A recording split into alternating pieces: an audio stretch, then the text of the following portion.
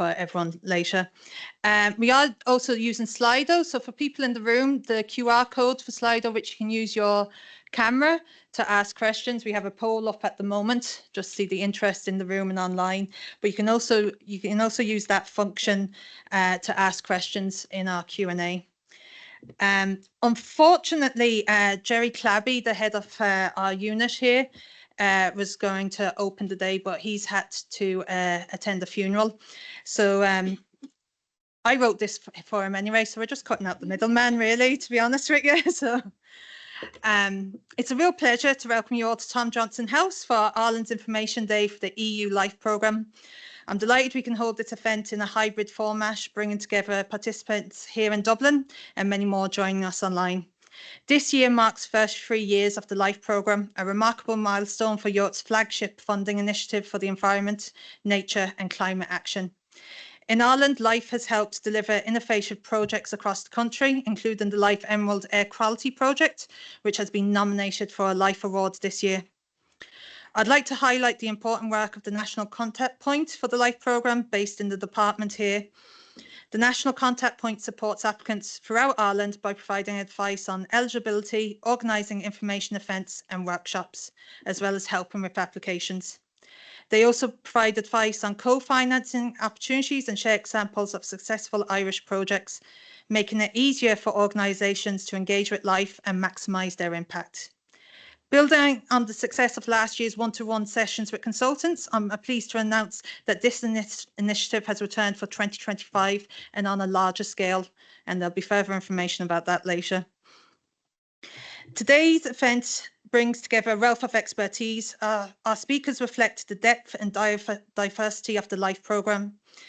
Gustavo from SNEA brings key insights into the Nature and Biodiversity sub-programme. Philip Cheesty from Enterprise Ireland has deep experience connecting Irish organisations with EU funding for energy and climate action under the Clean Energy Transition sub-programme. Neil Wilkie from Elman has nearly 30 years experience in LIFE and offers unique perspectives on project management and monitoring. And Emily Nelson from The Real plays a vital role in helping Irish charities, communities and social enterprise access and manage EU funding. They will all be presenting today. We're also joined by leaders of successful Irish LIFE projects, Dr. Joseph Sweeney from the Farm for More project in UCD, Claire Downey from Rediscovery Centre and Martina Mullard, who are driving innovation and climate action, the circular economy and community sustainability. I'm also pleased to announce that the LIFE NCP team have been successful in their application for LIFE capacity building funding. This will enable the team to grow and further their expertise whilst offering a more hands-on approach and assistance to potential LIFE applicants. Thank you to all our speakers for sharing their knowledge and commitment, and to everyone here and online for your support for the LIFE programme. I hope today's event inspires new ideas and partnerships. I wish you all a productive and engaging day. And at this point, I would introduce myself, so we'll just go straight on.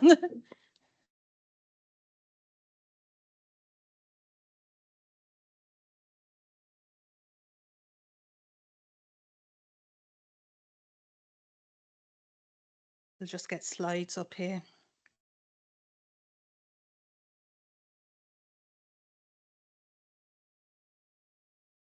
Right. So again, good morning and welcome to National Information Day. I've said about the QR code. So as I said, it's also on your tables, and for anyone online, you can simply scan that with the camera on your phone.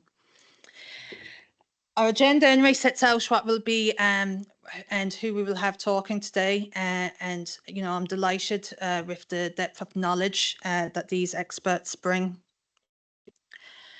And if we just move to the next slide, Kieran, thanks.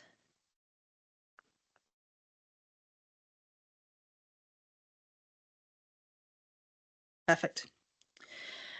So the structure of the LIFE programme continues through to 2027. Key focus remains on practical, impactful solutions with strong policy alignment. Technical assistance replication was introduced recently and continues for 2025. These projects are to facilitate and enable the upscaling or replication of results achieved by projects previously funded by the EU. The proposals must fall under the nature and biodiversity and circular economy and quality of life sub-programmes. Next slide there, please go. Right. So the LIFE programme and their various sub-programmes. So the Life Environment sub-programme aims to support projects that contribute to the development and implementation of EU environmental policy and legislation. It focuses on areas such as nature, conservation, biodiversity, waste management, air quality, water management, and the circular economy. Projects under this sub-programme often involve the demonstration of innovative solutions, best practices, and the dissemination of environmental knowledge and information.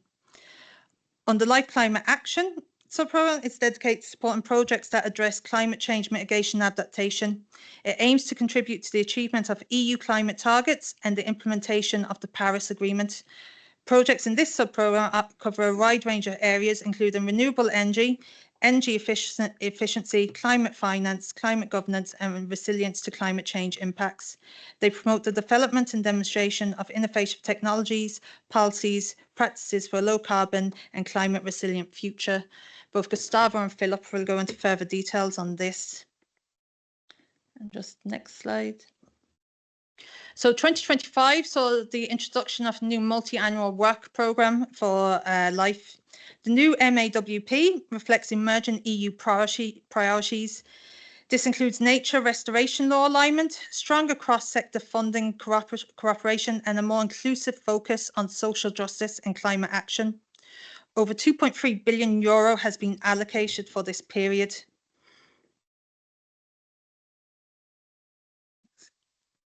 So since 1992, LIFE has been supporting environmental and climate projects in Ireland. Since 2014, 52 projects have received nearly 103.5 million from the LIFE programme. Ireland has grown in both quantity and diversity of LIFE projects. And as we can see, I mean, we saw from the slide earlier, the Clean Energy Transition sub-programme has particularly strong momentum. So who can apply? If you're wondering whether your organisation qualifies, chances are it does. You don't have to be a public body or large organisation. The key is the project idea and whether it fits with LIFE priorities. And this is where we as the National Contact Point can help you. And even if you are searching for project partners to help you guide through, we can help you in that search. Now, the all-important question that everyone wants to know, money. So the co-financing is substantial, so especially in the clean energy transition, you can have 95% is still available. The other programs offer up to 60% co-financing. And you should also consider technical assistance replication for earlier stage, lower risk proposals. You'll get these in the slides later, but these are links that you can follow. So the first step really is the LIFE website.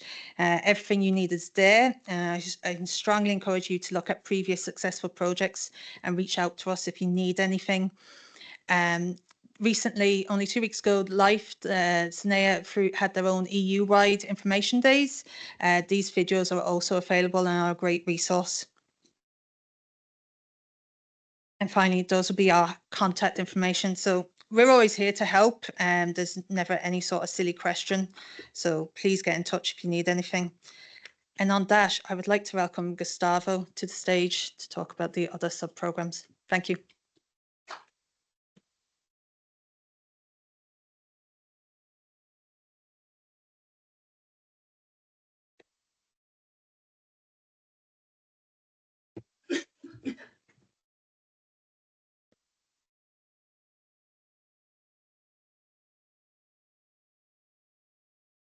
Thank you, Aideen.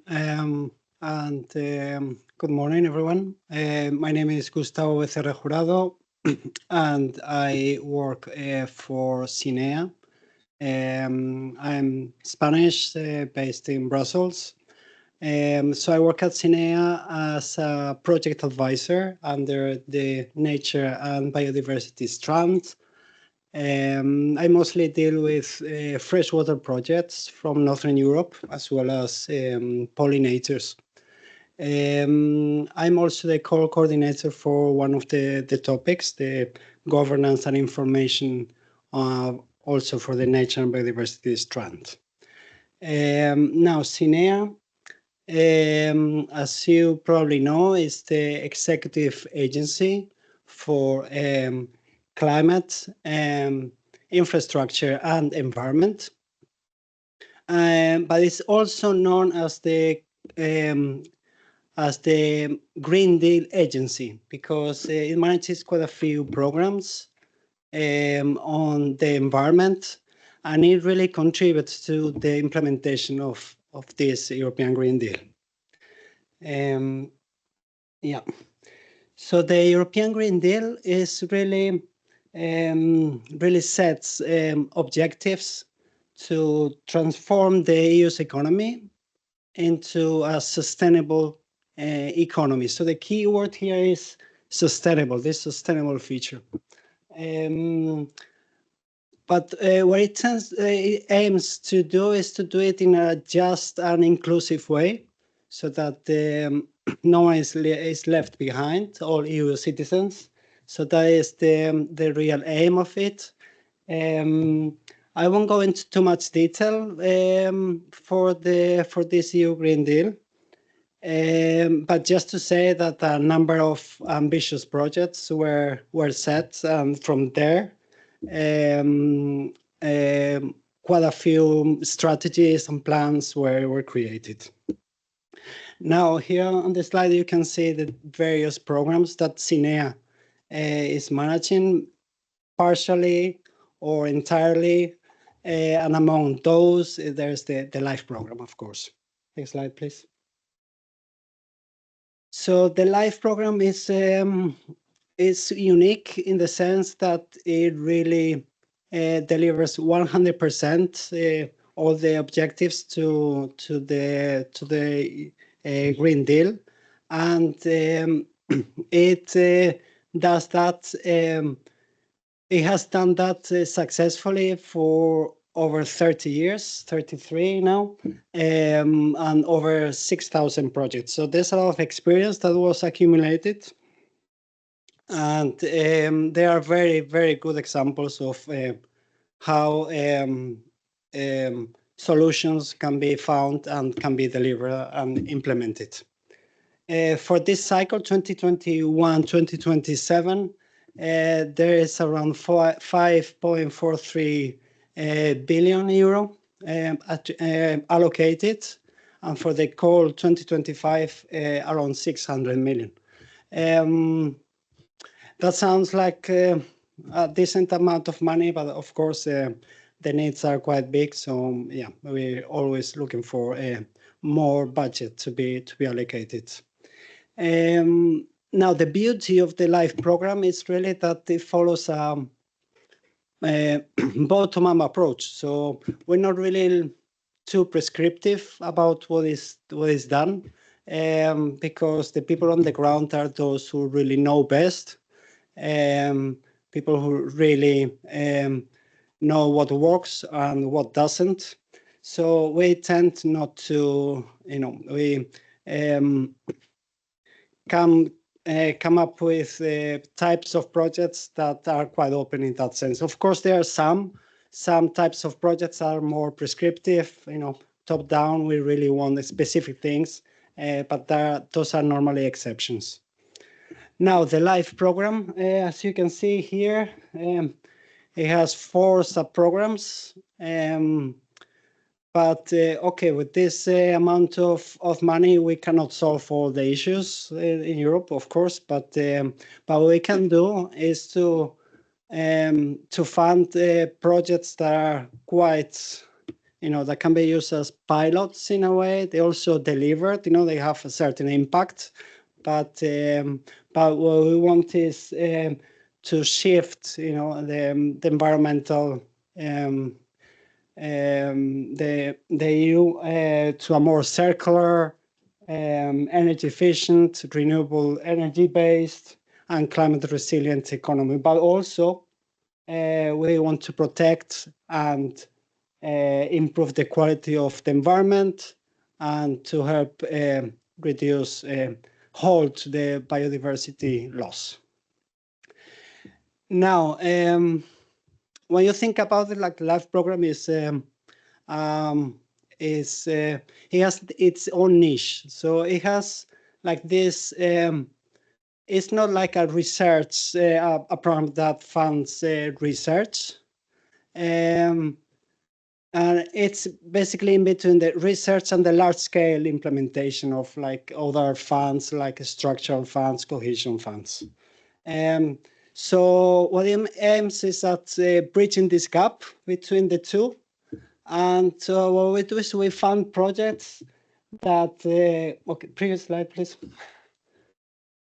That develop and demonstrate eco-innovative solutions, help implement plans and strategies, promote best practice, behavioral changes, and catalyze large-scale deployment of successful solutions.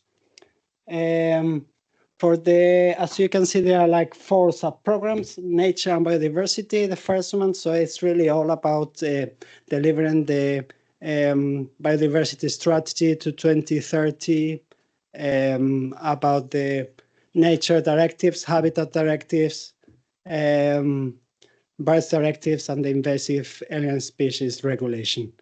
And then the next one is the sub-program circular economy and quality of life.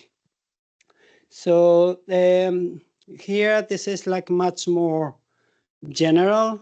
So it's basically everything that is environmental, but it's not nature and biodiversity.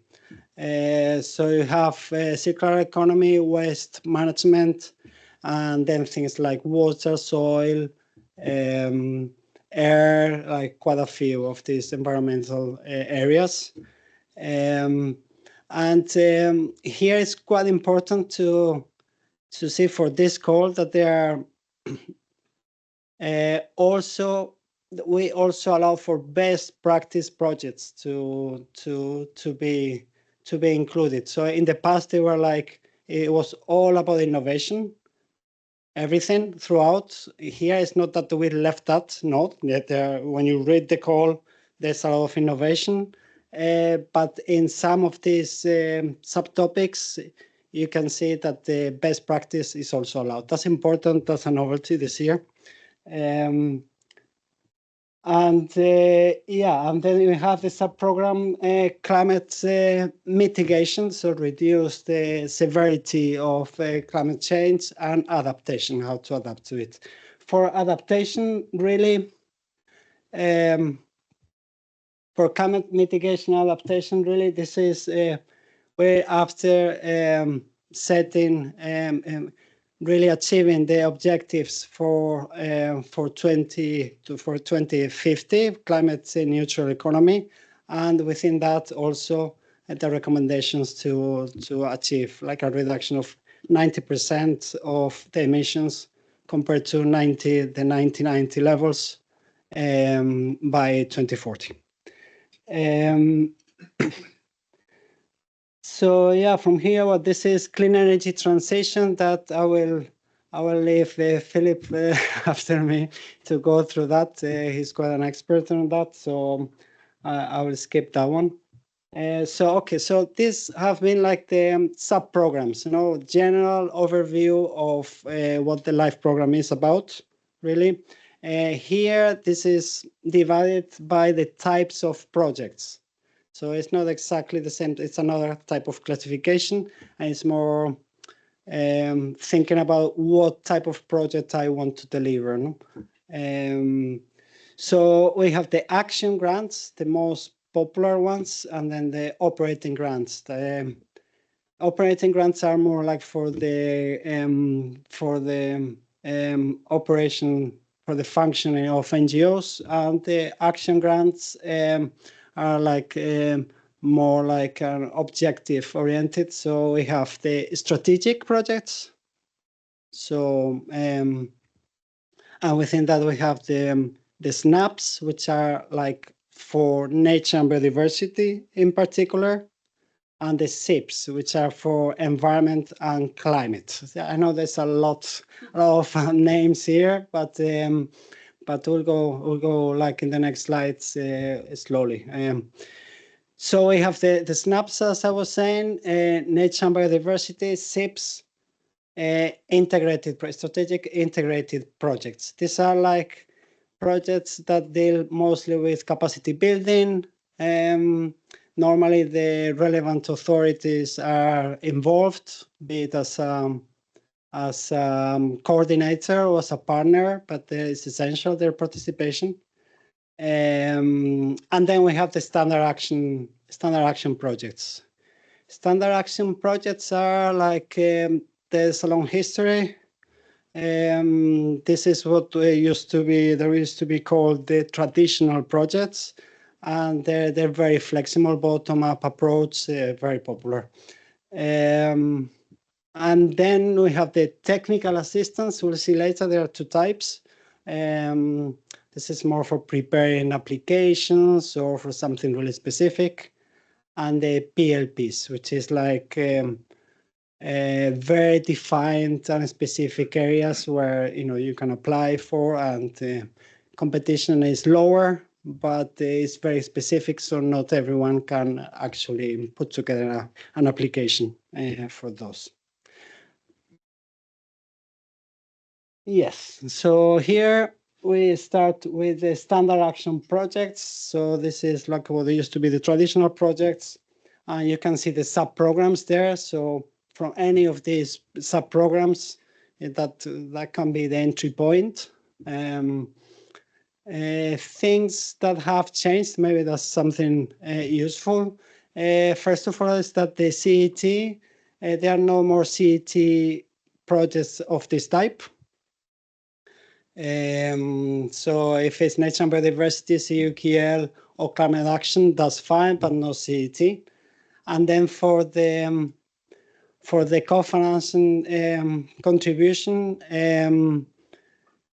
it's as Aidin has highlighted before, it's normally 60%. Before, in previous years, there were like three different percentages: 60, 67, and 75. Now the middle one has disappeared, so it's either 60 or 75. And how do they decide on this? We decide on this based on which species and which habitats the project is targeting.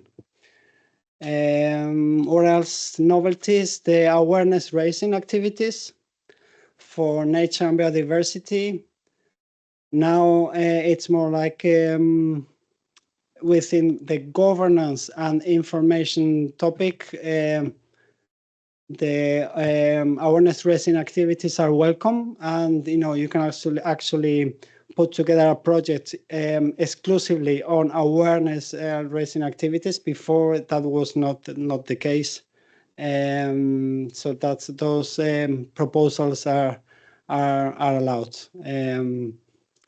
Then another novelty is that for CUKL there are some changes that is something we can look at later on the Q&A, maybe if you're interested, but mostly it's small changes. You have to go through the call and see what has changed, but there's not a lot. There's not a lot there. For most of the types of these calls, the deadline is by the end of September. So yeah, it's after the summer. So then, of course, we have, like, as I was saying before, these are the type of projects: the nature and biodiversity, the SAPs, and then we have the three sub-programs for nature and biodiversity, the novelty, awareness, and raising activities. Welcome now. I've included in this slide that you have available like a little summary with the budget, the indicative budget per project, and the number of projects that we intend to fund. I've done the same for CUKL, and as I was saying, there are some changes here that they're very, very technical, you'll see. So what is important here is first that we now welcome best practice projects. That's the first message.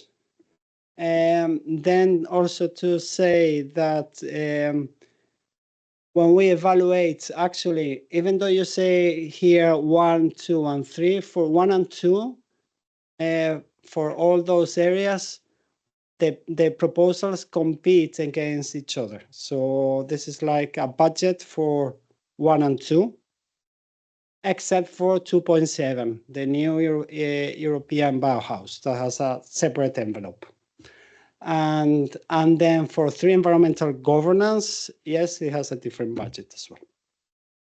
And then climate action subs, nothing has changed. There are quite a few areas of intervention.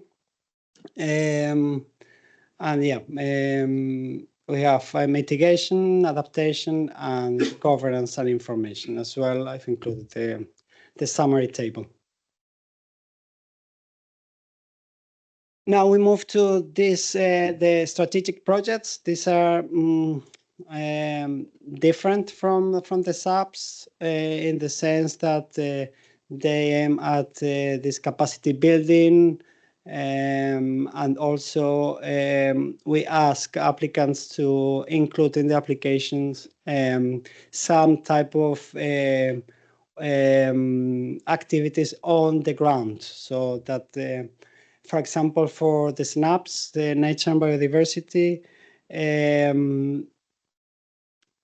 this address strategic plans, and that will be typically the PAFs, the prioritized action frameworks. And in that document, there are, in addition to the allocation of the budgets per areas, there are specific actions that are needed for the country. So that will be, in addition to the capacity building, also one of those areas will have to be addressed. And so the real impact on the ground will have to be included. For the SIPs environment, for example, it can be the water management plans, etc. So yeah, there's not a lot that has changed. Well, the maximum duration is 14 years. And then there are some changes, but not a lot. So as I was saying, this target specific plans and strategies. In the calls, you can see them. There are quite a few.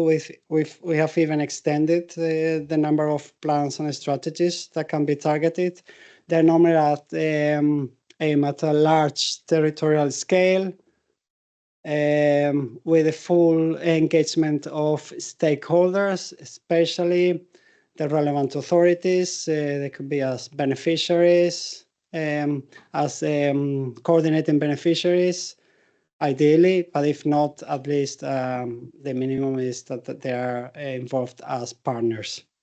And what we're really looking for as well is to in addition to the budget that is allocated, that these projects mobilize more fundings from other sources so that the objectives can be really delivered on, and this impact to be real. Of course, these are like, up to 14 years, quite large budgets. The proposals are, to write a proposal of this type really requires some time. So that's why we have also this type of project that is to prepare the proposals. It's not a lot of money, but sufficient. It's, well, the overall budget is 1 million, but per project 70,000, but it can cover the cost. And And just remember that it doesn't have to be the central authorities. It can be like regional authorities, counties. If there's a strategy or plan that is included in the call, it is also possible. But just remember that the preparation is to include both the concept note and the full proposal. It's something I haven't said before in the previous slides, that there are like two stages in the strategic projects. First, there is like let's say the outline of the main objectives, how it's going to be implemented, and the budget that is behind it. So based on that, then the first phase is like there are some evaluation criteria, and it's like yes or no. So, and the overall result is like pass or fail. So after that first phase is behind, then you can, and is successful, it passes, then proposals go to the full stage, the full proposal, and based on that, then it's awarded or not. So these preparations should cover both stages. That's the main message here. And the application is end of September again. 60% co-financing. And then we have the replication. This is a relatively new call, not from this year. Like, well, I think it's been on for 2-3 years now. But so what is this about really? There was some confusion at the beginning, what can be included in this course, what cannot. So this is basically when a successful project, normally it's a live project, but it can be another project from another program that is similar in a way to live, has encountered a barrier to upscale the results. So and that could be maybe something that has to do with legislation or something of that type. And so this type of projects aims specifically at really solving whatever issues there are, and try to really upscale it. So yeah, there's been like already some good examples of this, so this is quite promising. Just remember that for the live projects in general, SAPs, the traditional projects, this is something that's normally included. So this replication and upscale. So this is when there is actually a barrier, something that really is preventing from this upscaling. So that has to be clear. Next slide, please. And then the PLP, this is like quite prescriptive, very specific, less competition, but harder to put together a proposal on this. And there are like 3 core topics. We have energy, nature, and environment. And this new one is the urban, which is like a cross-cutting topic that aims at accelerating the green transition in urban spaces and testing innovative solutions and addressing them.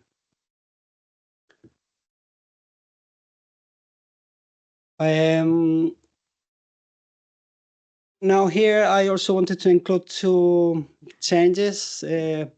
I think this is important. Well, the first one is very good news. No more requirement of co-financing declarations. So this is a simplification. I am sure this is welcome, less administration. And this was happening for some sub-programs before, but now is across all of them. It's totally abolished. So yes. And then the second one, next slide, please. The second novelty here is that in recent, during the past year, I would say, there have been some concerns about the lobbying activities of NGOs and so on. So in terms, in terms of advocacy, and so I would invite any applicant that wants to include any of these activities to read these guidelines. I've included the link here. It is it's not that this cannot happen, just that there are some limitations. So please, I invite you to read it through.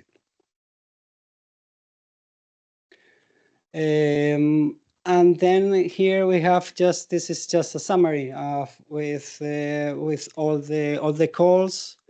And as you can see in the last column, there's also the indicative date of grant signature to give some type of an idea when the projects could start, and I find that can be quite useful.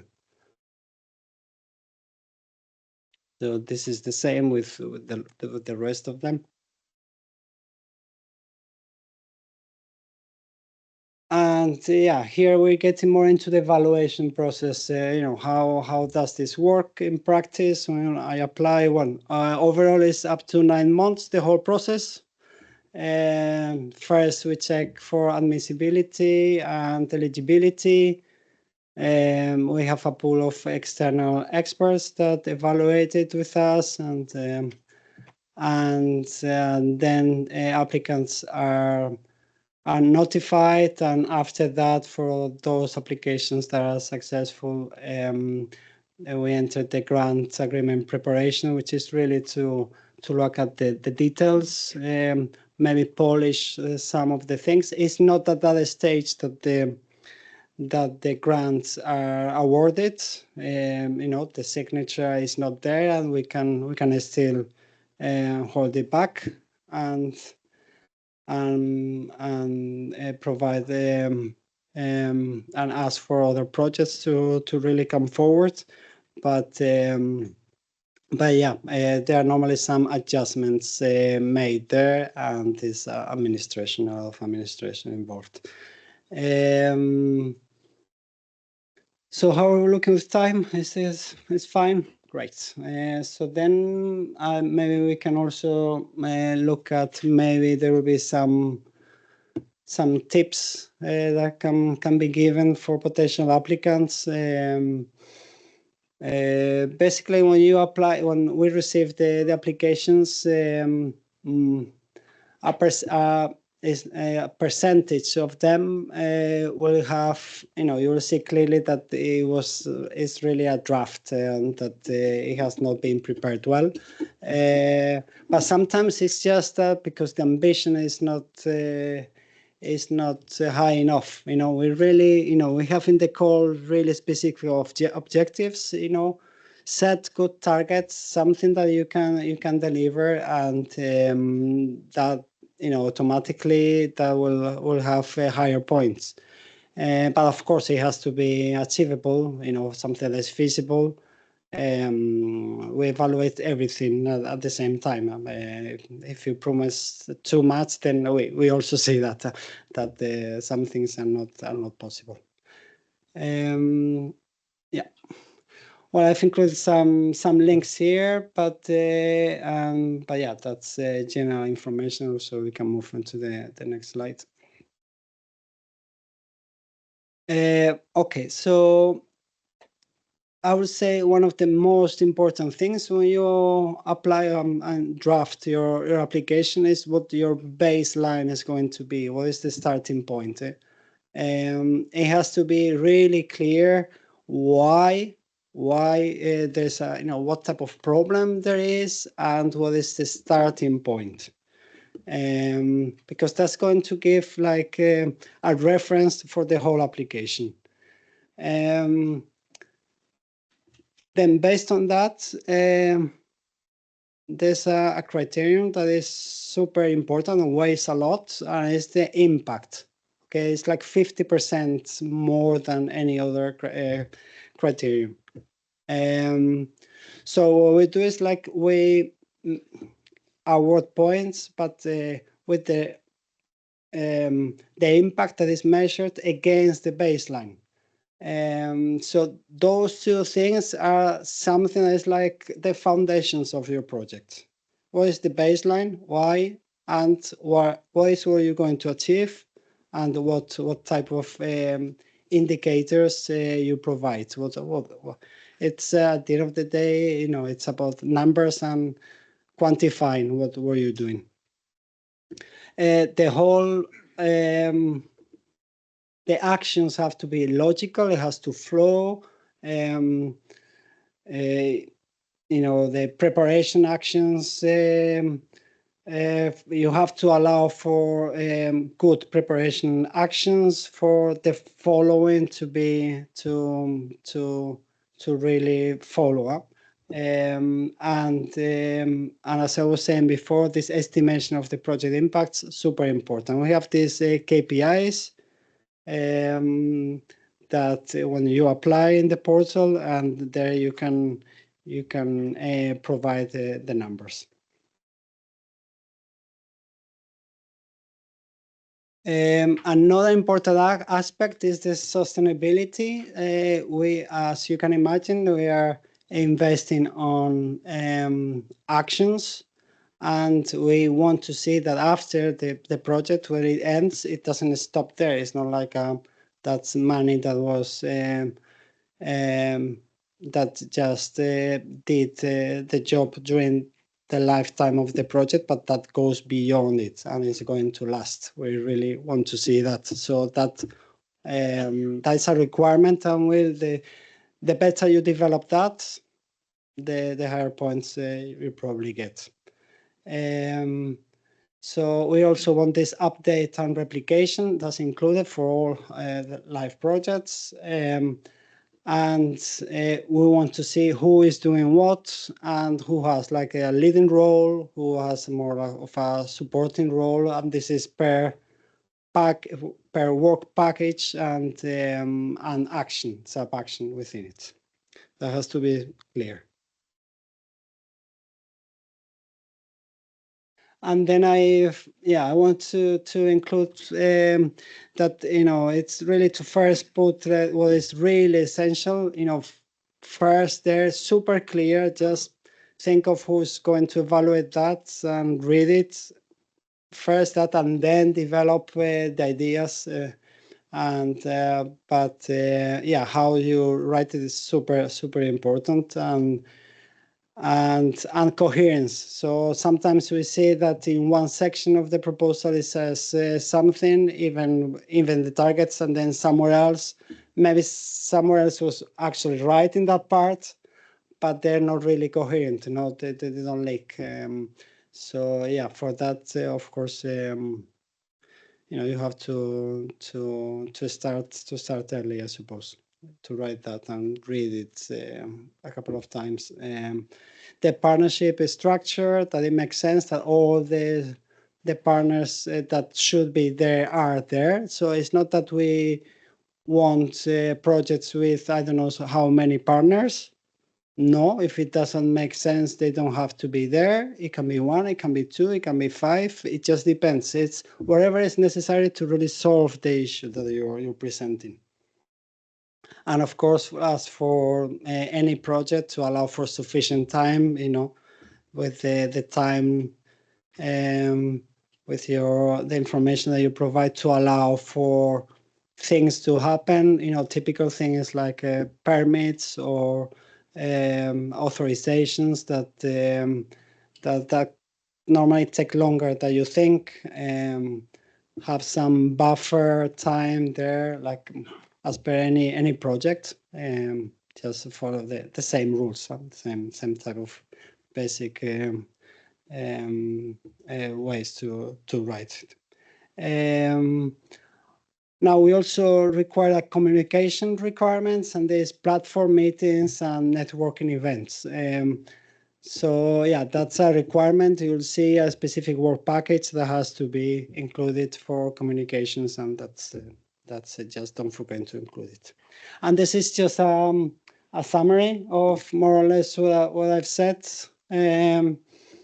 So the baseline, the impacts, super important. Impact 50% more, so quite important. KPIs, and then the stakeholders, and yeah, that has to be coherent, replication, communication, buffer times, all that I see. And that's all from me, this presentation. Yeah, thank you for your attention and good luck with your projects.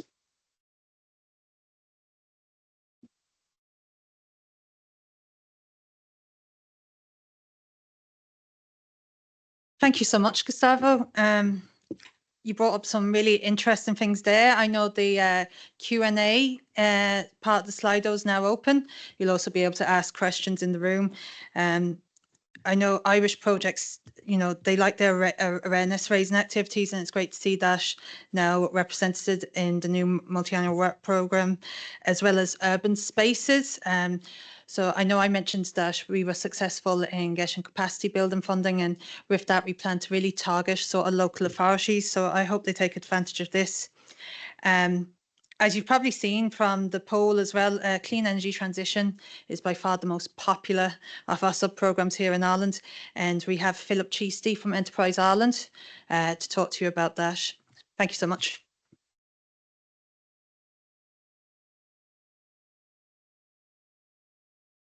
Can't see anything properly. That's too far. I have to turn for these ones. So yeah, thank you. I'm with Enterprise Ireland. I am national contact point for energy in a few different programs. Horizon Europe, which is basically the research program, research funding program that the Commission have. But it does complement the LIFE CET part, so the clean energy transition. The LIFE CET has a sort of a bit of a history. There was a program called Intelligent Energy Europe. I think it started in the 80s. A lot of our energy agencies came from that particular program. So there's a history there. Kieran is already jumping ahead. So I'll have to slow him down a bit. And then it moved into Horizon 2020, and the topics were very much market uptake. There weren't research. Horizon 2020 was also a research program principally, but these were CSAs, and then they moved off into the LIFE program. So they're now in the LIFE program. It's a sub-program. The most important thing is 95% funding. Most of LIFE is 60% or 75%, so it's 95% funding. The deadline is 23rd of September. So you have to start your projects before you go on summer holidays, because if you wait till you come back after the summer holidays, you won't have any time. And actually, you should be looking at it now. It's a single stage proposal, so 65 pages, and there's 12 different topics. Gustavo mentioned that the other sub-programs are sort of bottom up in that they have a principle of what they want to cover. And if you fit in that, you can go for it. But the CET topics are very much top down in that they are quite prescriptive compared to the others.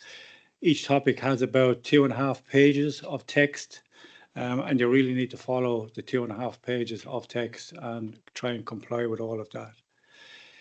There's lots of information already there. Aideen mentioned that the 13th to the 15th of May, there was information days from Brussels. It was online. So on the Tuesday, there's an hour and a half of a presentation around the financial aspects of the program. So that's well worth watching. That's on the Tuesday. And then on the Thursday morning, there was 2.5 hours dedicated to the CET part of the program, where they talked about the strategies and why the topics are developed as they are. And then they talked about how to put a good proposal together. So there's 2.5 hours available on the Thursday morning. The link are on the slides will bring you to those presentations. And then afterwards, they put up videos of each of the topics. So for some of the topics, there's 2 videos actually, one about strategy and then one about the topic. So if you're coordinating a proposal for any of the topics, you should look at the video before you start and look at it in the middle of when you're writing, and then at the end to make sure you've covered everything that the Commission have said. And as I mentioned, there was the Intelligent Energy Europe program, and then Horizon 2020. So there's databases of lots of projects. There's actually hundreds and hundreds of projects. Now, this particular call is not really looking for huge innovative ideas, but it's more looking for ambition and maybe using some ideas in a different landscape. So you might see something that's used in another area and you could bring it into the energy area. So it's quite open that way, but it is quite prescriptive. There is a call document. I think it's 75 pages, so you should download that.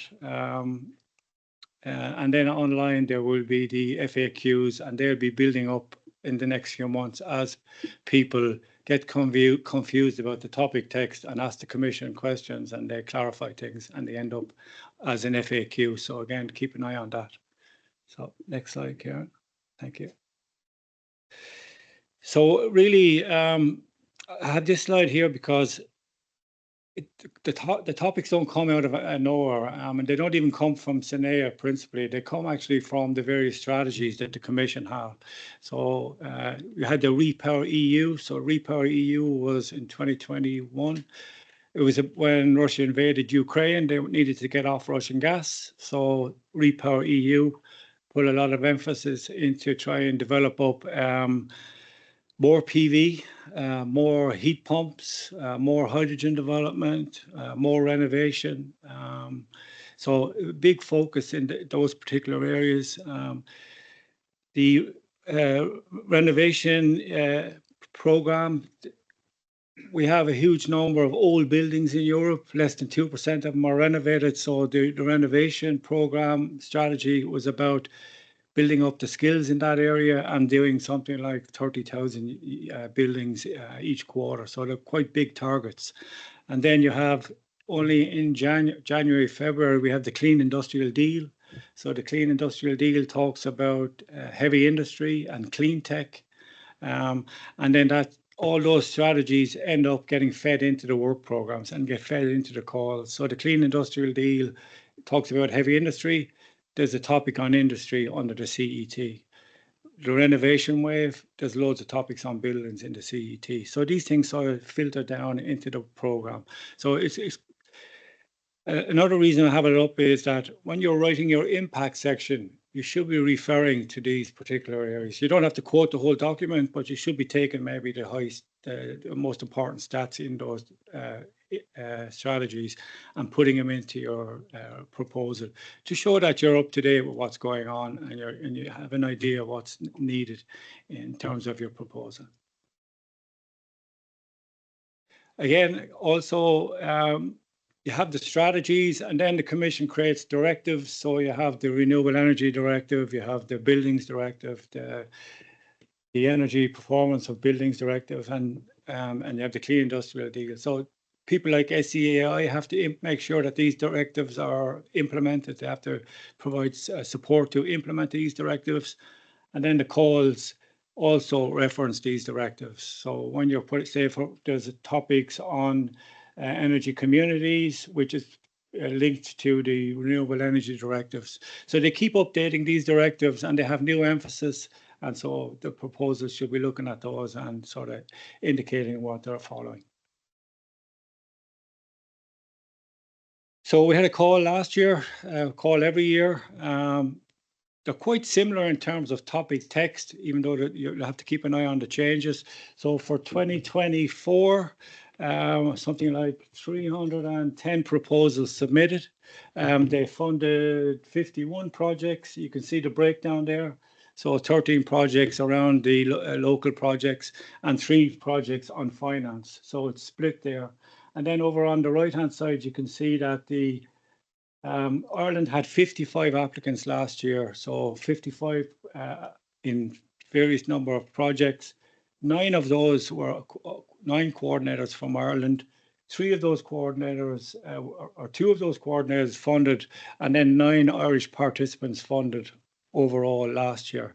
And then at the bottom, you can see since the program started, Ireland has taken about 12 million, just over 12 million from the CET program. So that's quite It's actually above average. If you compare it to Horizon 2020, it's a lot better. We're sort of moving on. And you can see 55 or 35 different participants. So we have quite a lot of activity in this area. So people like Tipperary Energy Agency, so they will be one of the original agencies that came out of the IEE, the Intelligent Energy Europe program, and sort of they've gone on to be part of lots of projects and a lot of the energy agencies, and also research groups. I mentioned I cover Horizon Europe, so I work with research organizations in UCC and in UCD, and they also target these particular topics. So there's quite a good Irish community there. So if anybody's interested in looking for Irish partners, you can have a word with us or even use the databases to find those. Next slide, please. So again, this was mentioned, Gustavo showed this. So the sub-program, the Clean Energy Transition, is 5 intervention areas. There are the buildings, empowering people, finance, and rolling out services, etc. Next slide. Okay, so these are the topics. Keep turning around because I can't see any of the writing. So 12 topics. Now, again, the big difference here under CET compared to the other sub-programs is quite a lot of the topics require the consortium needs to be 3 partners from 3 different countries. So these are cooperation topics. That's a minimum requirement, and really the proposals that get funded will probably have about 7 or 8 partners from a variation of countries. There are a few topics that can be sort of location specific, so the PDA and the one-stop shops. So a one-stop shop is about putting services together so people can use a single point of entry. That can be location specific. So you can put in a single applicant can put in a proposal here, but even for those ones, it's usually about 6 or 7 partners from the one country that actually put in a proposal. And you can see the budget allocation for each topic, and then the expected budget that the Commission would think that the project will run for. So they hope to maybe fund 3, 4, 5 projects per topic. Next slide. Again, that's just a list of so you have the topic identifier, which is Live CET 2025 one-stop shop, and then you have the topic title, which is listed there and it's broken down under the various intervention areas. Next slide. So I have a slide now for each topic. It's just going to cover the scope of the topic, and I'm going to probably talk a little bit more about some of the topics because they're more interesting to our Irish clients. So a single slide for each topic, and then at the end I have a few slides around impact and then some slides on the application process. But each topic in the document is about 2.5 pages, so there's quite a lot there. And as I said at the start there's videos of each topic that lasts about 15-20 minutes. So there's quite a lot of information out there. So it's hard to get everything in. So the first topic is boosting the clean energy transition in cities and regions. So this is a local topic. It has 2 scopes, scope A and scope B. I'm going to have to move actually because I can't see what's the content. Sorry about that. So scope A is for local and regional authorities. It's about providing support for those authorities about putting in clean energy transition. Scope B is about heating and cooling. So it's for local authorities looking at the implementation of heating and cooling initiatives, and it's looking at the energy directives as well. So proposals have to clearly identify the targeted cities and regional authorities. So if you're putting a proposal together, you don't have to have the City Council in the consortium.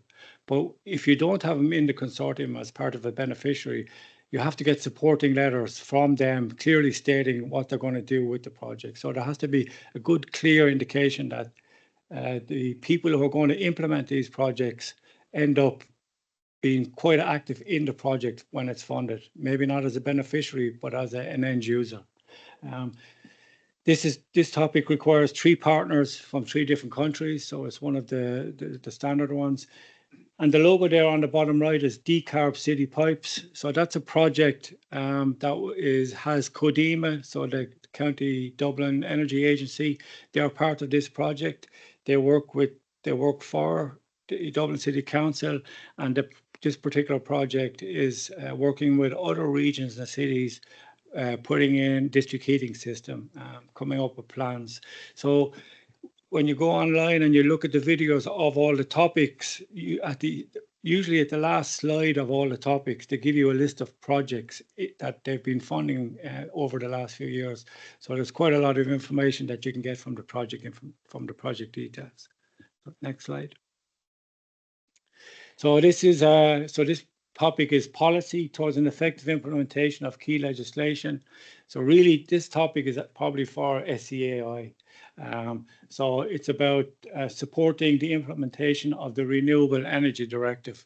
So it says Scope B there. So just to confuse people, there's no Scope A and there's no Scope C. There's just a Scope B. Now, there was a Scope A and C last year, but they didn't mention that in the text, so it's already causing a bit of confusion. But really, this topic is for people like SCAI to implement the directives around the Renewable Energy Directive. They changed the Renewable Energy Directive in the last few years, so there's a lot more new targets. Again, because of the Repower EU initiatives and the Green Deal initiatives. So they keep updating all these directives, and these topics are there to support the implementation of those. Next slide, please. So the better renovation. So this is targeting the EU renovation wave. That was a strategy I mentioned. 2 scopes. You can only do Scope A or Scope B. And you have to clearly indicate in the document, in the proposal, which one you're targeting. You can actually target 2, but you're not going to get extra marks for that. So you're probably better focusing on 1 and be quite targeted. So Scope A is about fostering energy renovations and competitiveness. And Scope B is looking at the data and services. So Scope B is looking at energy performance contracts, renovation passports, and rolling out of digital tools, etc. So you can see the diagram there is that the Energy Performance Directive was updated, and it was launched as a directive with the Commission in May 2024. And then there's a series of dates that that national authorities have to implement around the directive. So in January 2025, they had to cut out any incentive for putting in fossil fuel-based burners or boilers.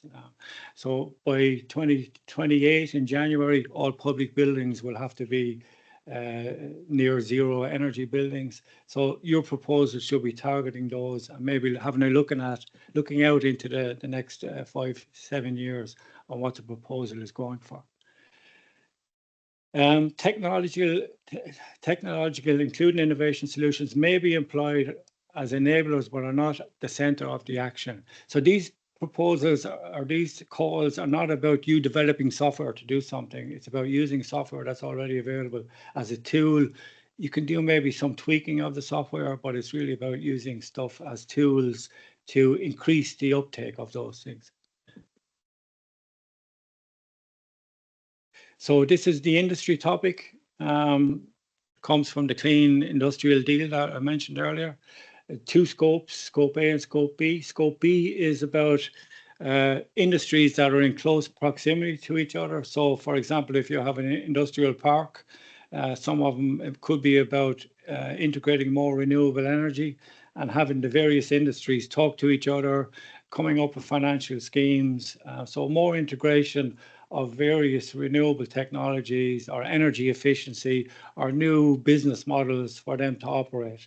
And Scope A is around looking at some industrial sectors. So it could be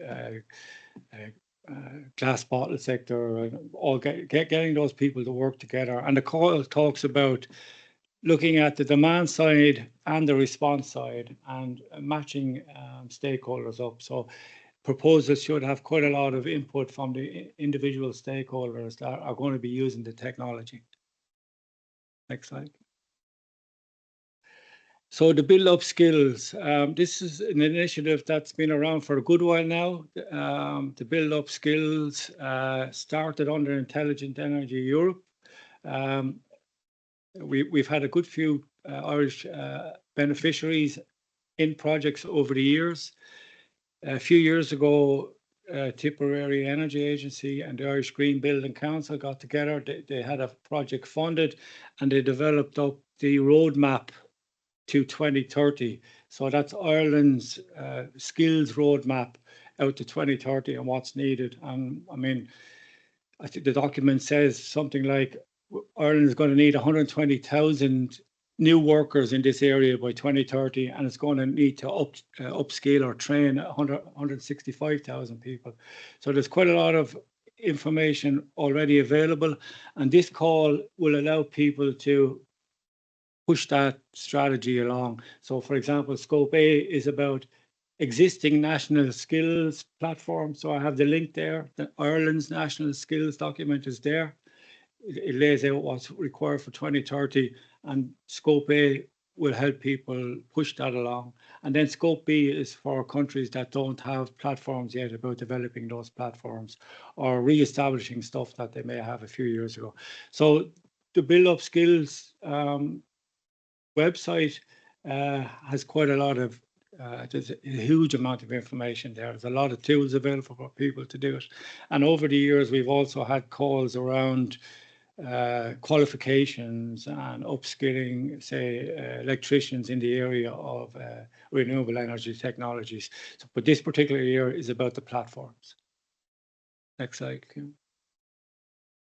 So this is a topic on district heating and cooling. So again, it's just a straightforward topic. It's about working with owners and operators or municipalities about implementing district heating and cooling. Again, it comes from the Repower EU initiative, sort of filtered down into a topic. It's a EU type project, so 3 partners in 3 countries. Next one, Karen. So private finance. One of the topics we each year in the CET we always have a private finance topic. This one is crowding in private finance. It's one of the proposals that has the least amount of submissions. So you saw on an earlier slide, I think there was only 8 proposals submitted in total, and 3 projects are funded. So getting a decent score in this will you'll have a good chance to get funded, but it's quite targeted in that in this particular call they're looking for innovative financing schemes. So it's talking about so the idea behind it is that private finance don't really like energy projects because every time they want to do an energy project, the goal is moved and that there's a whole new idea to chase. So putting in these particular schemes is about sort of standardizing mechanisms to put finance into energy projects or renewable energy technologies. Now, actually, this particular topic is more about energy efficiency. You can use renewable technologies as part of the project, but just a project on renewable technologies alone won't be in scope. So it's principally about energy efficiency. And then you can see there I have a project listed, a Quest project that looked at energy efficiency, the risks. It came up with some tools about costings. Private finance could use these tools to assess different projects. So next slide, please. So the one-stop shop, this is sort of a straightforward type topic. We have good few projects in Ireland. The latest one was up in Northwest Donegal, Sligo, Leitrim. So a one-stop shop is some place where somebody can go to do energy renovation of their building, of their house. So you can see the journey that if somebody might have to go, they'd have to go and talk to the legal authority, they'll have to look for finance, they'll have to go to subcontractors, then they have to do plans and get installations. So there's a whole mess of stuff to follow through and people don't really have the capacity to do all that. So a one-stop shop provides all that for people. So it's about a whole customer journey. It's about replication and the call needs to talk about the communication. So The Commission are not just interested in funding projects to put in a one-stop shop someplace. They're interested in putting in a project that can be replicated other ways in other countries. So the communication part of your proposal has to be quite targeted and well developed. And I know one of our speakers covers that area quite a lot in his project, so you can ask questions of that later. But it's this is one of the topics. So it has 3 scopes. For the 2 scopes, A and B, a single applicant from a single country can apply. So a bunch of partners in Ireland can get together and put something in. And scope C is about a network of one-stop shops already existing. So you can have a look at that as well. But that particular part requires 3 partners from 3 countries. So again, that's one of the interesting topics for Ireland. We do tend to have a few applicants in that particular area. The next one is the PDA, so Project Development Assistance. This is sort of a bit of an odd topic in that all the other topics, 95% funding, you put your proposal together and you get your 95% funding and you do your project and the Commission give you the money. This particular project, you put your proposal together on what you're going to do. You can target buildings, district heating and cooling, businesses, renewables, mobility. You can sort of, a lot of the sustainable areas can be targeted. But the core idea of these particular projects is if the Commission give you 1 million, you have to show that you're going to spend 15 million in an industrial setting or 10 million in a residential setting. And the 10-to-1 ratio requirement is the key part of the project. If the evaluators don't see that you can get there, you won't get funded. And a lot of projects that fail this area fail for that particular reason. You don't have to have the funding at proposal stage, but your pathway to get the funding has to be well developed and well expressed. There was a IERC, which is a research centre in UCC. They put in a proposal. I think they did it 3 times before they got funding, and each time it was around. They weren't convincing enough with the spending. And the IERC project is taking Irish universities and upgrading those with renewable technologies and energy efficiency. And they're looking at energy performance contracting. So resubmissions is quite a part of the CET landscape. So you can resubmit. So I think about 20 to 25% of proposals each year are resubmissions. So even if you don't get through this year, you can target next year. So yeah, and then this is another odd, well, this is the European City Facility. So under Horizon 2020, there was a project funded called the European City Facility. The link is there. Basically, the Commission gave 15 million to consortium to help cities develop plans and then implement technological innovations and build up their strategies. And the key part of it is that the Commission gave the consortium, I think it was 16 million. 80% of that funding then has to come out and go to the cities to do the work. So this particular project is a sort of a follow-on to the life or to the Horizon 2020.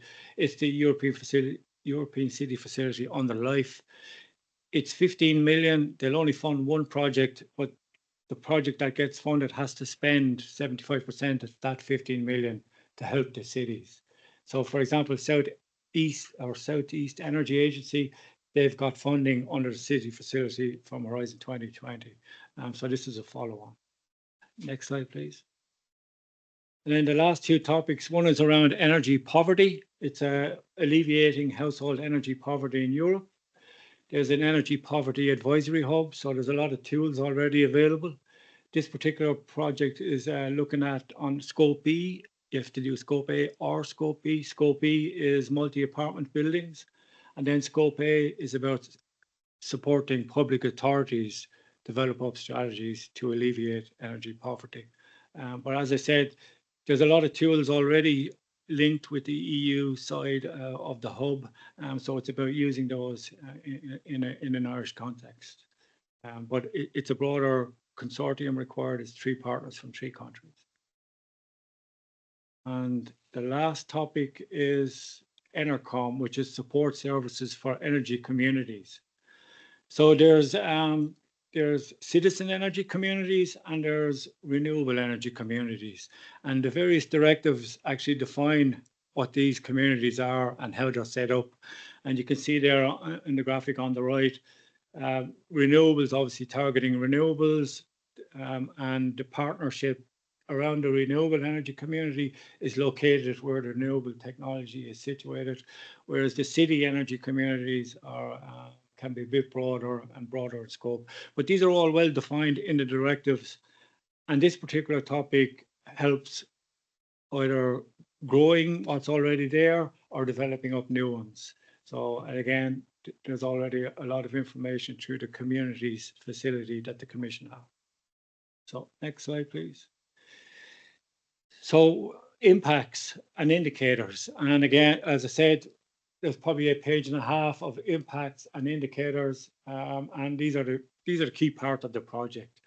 You fit in the scope. We've already showed the scope, but when it comes down to putting your proposal together, the impact and the indicators are the key part. So you're project specific.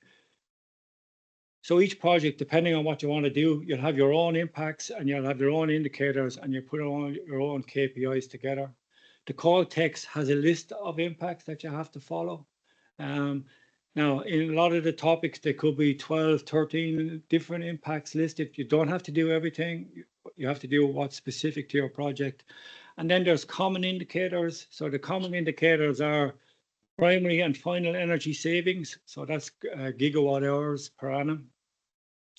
There's res generation. So again, gigawatt hours per annum. Then greenhouse gas reduction. So CO2 reduction and investments in euros. So there are 5 specific topic indicators that are common to each of the topics. So again, when you go to do a proposal submission, you've got part A, where you put in your admin data. You've got part B, which is the proposal. You'll upload that. And you've got part C, which are the indicators, and you'll go in and put the figures into part C around these different indicators, and there'll be a single figure. But in part B, when you put your proposal together, you really need to develop up where you got those figures out of it. So ambitious but credible. So again, you have to, you can't just be doing what's already been done. It's about sort of improving on what's been done, but the figures that you put in have to be believable. So the evaluators have to really see that you've looked at these figures, they are ambitious and they are credible. Next slide, please. So you structure of a single stage proposal. So part A, B, C. So part A, you find your topic on the funding and tenders portal. You find all the information. There'll be FAQs. You scroll down and you'll see where you start the submission system. You download. First thing you do is you download a template. And then part A is also online where you put the information up. So part B is the main proposal template that you will be putting together. Download the template. Don't mess with the template. 2 years ago, I had a proposal from a guy and he spent more time complaining and redesigning the template than actually putting good information in the template. It's not perfect, but you have to follow what's there and don't waste time doing anything else. It's 65 pages max.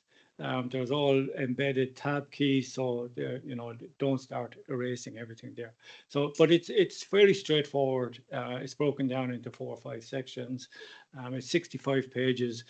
There's a project management section would probably take up 20, 25 pages. So you're actually going to run out of space quite quickly. So be quite targeted.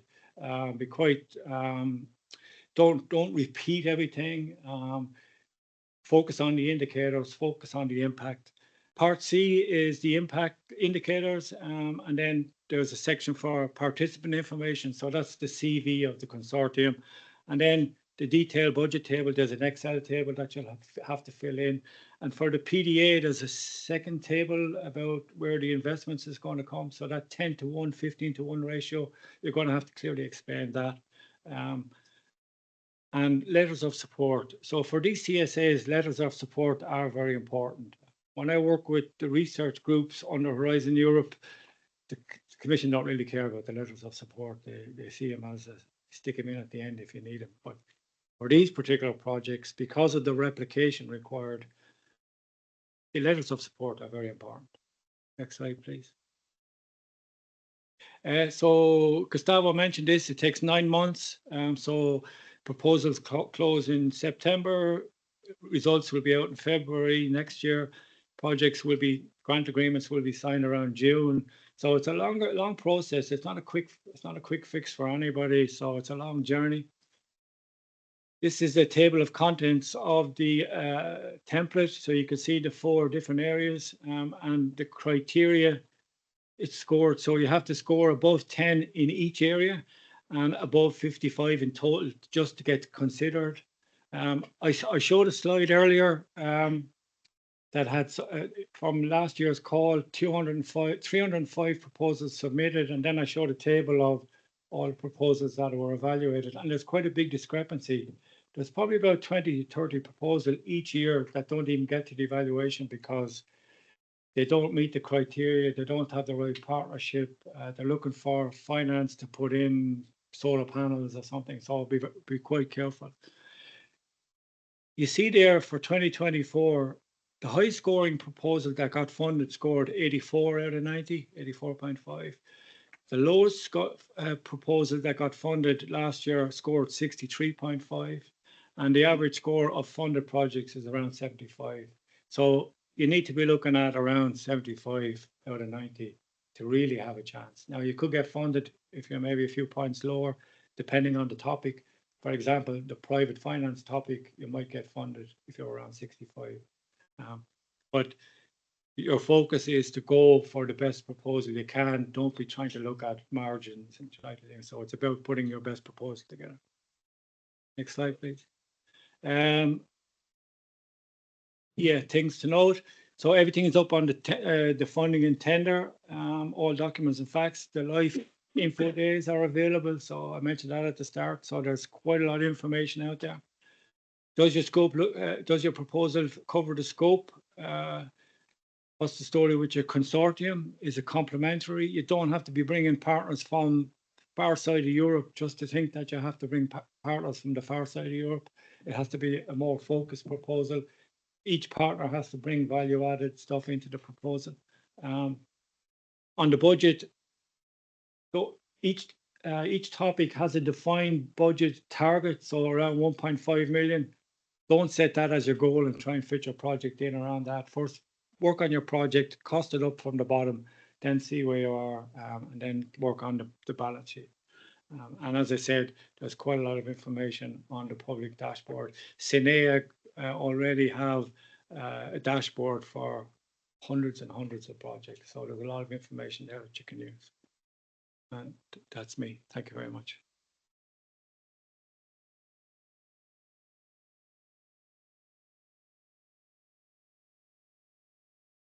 Thank you so much, Philip. So there was a lot of information there. And just before we move on to our next speaker, Neil, I just want to explain about an opportunity that the National Contact Point here will be offering you. So if you're on our mailing list, you've probably already seen it. We will be offering consultant slots to successful projects. So we've asked people who are planning on applying this year to just provide us with a short 5 to 10 page concept note, sort of explaining which sub-programme they're planning to go for and a sort of outline of their project. The top successful evaluated ones will then be given an opportunity to meet with our consultants, Aeron Innovation. And Michael from Aeron is here just to say a few words and introduce himself.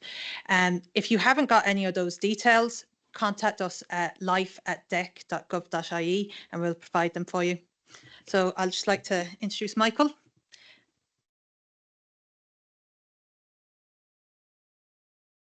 Thank you, Aideen. My name is Michael Papapetrou. I'm from the company Aeron Innovation. Aeron Innovation is based in Dublin. We're about 35 people in the company. and most of us work from Dublin, from Ireland. And we work across European projects. We have 22 projects that run where we're partners. We do dissemination, communication, and exploitation activities, knowledge transfer, and we support others with writing projects and with training on proposal writing. We do a lot of Horizon Europe and LIFE projects, and we're delighted to have the opportunity to support through the department here. As I explained, there is a process to be followed, but once you go through the process, then we engage with you in a predefined structure that we agreed with the department to provide support. So we're delighted to be here. Thank you.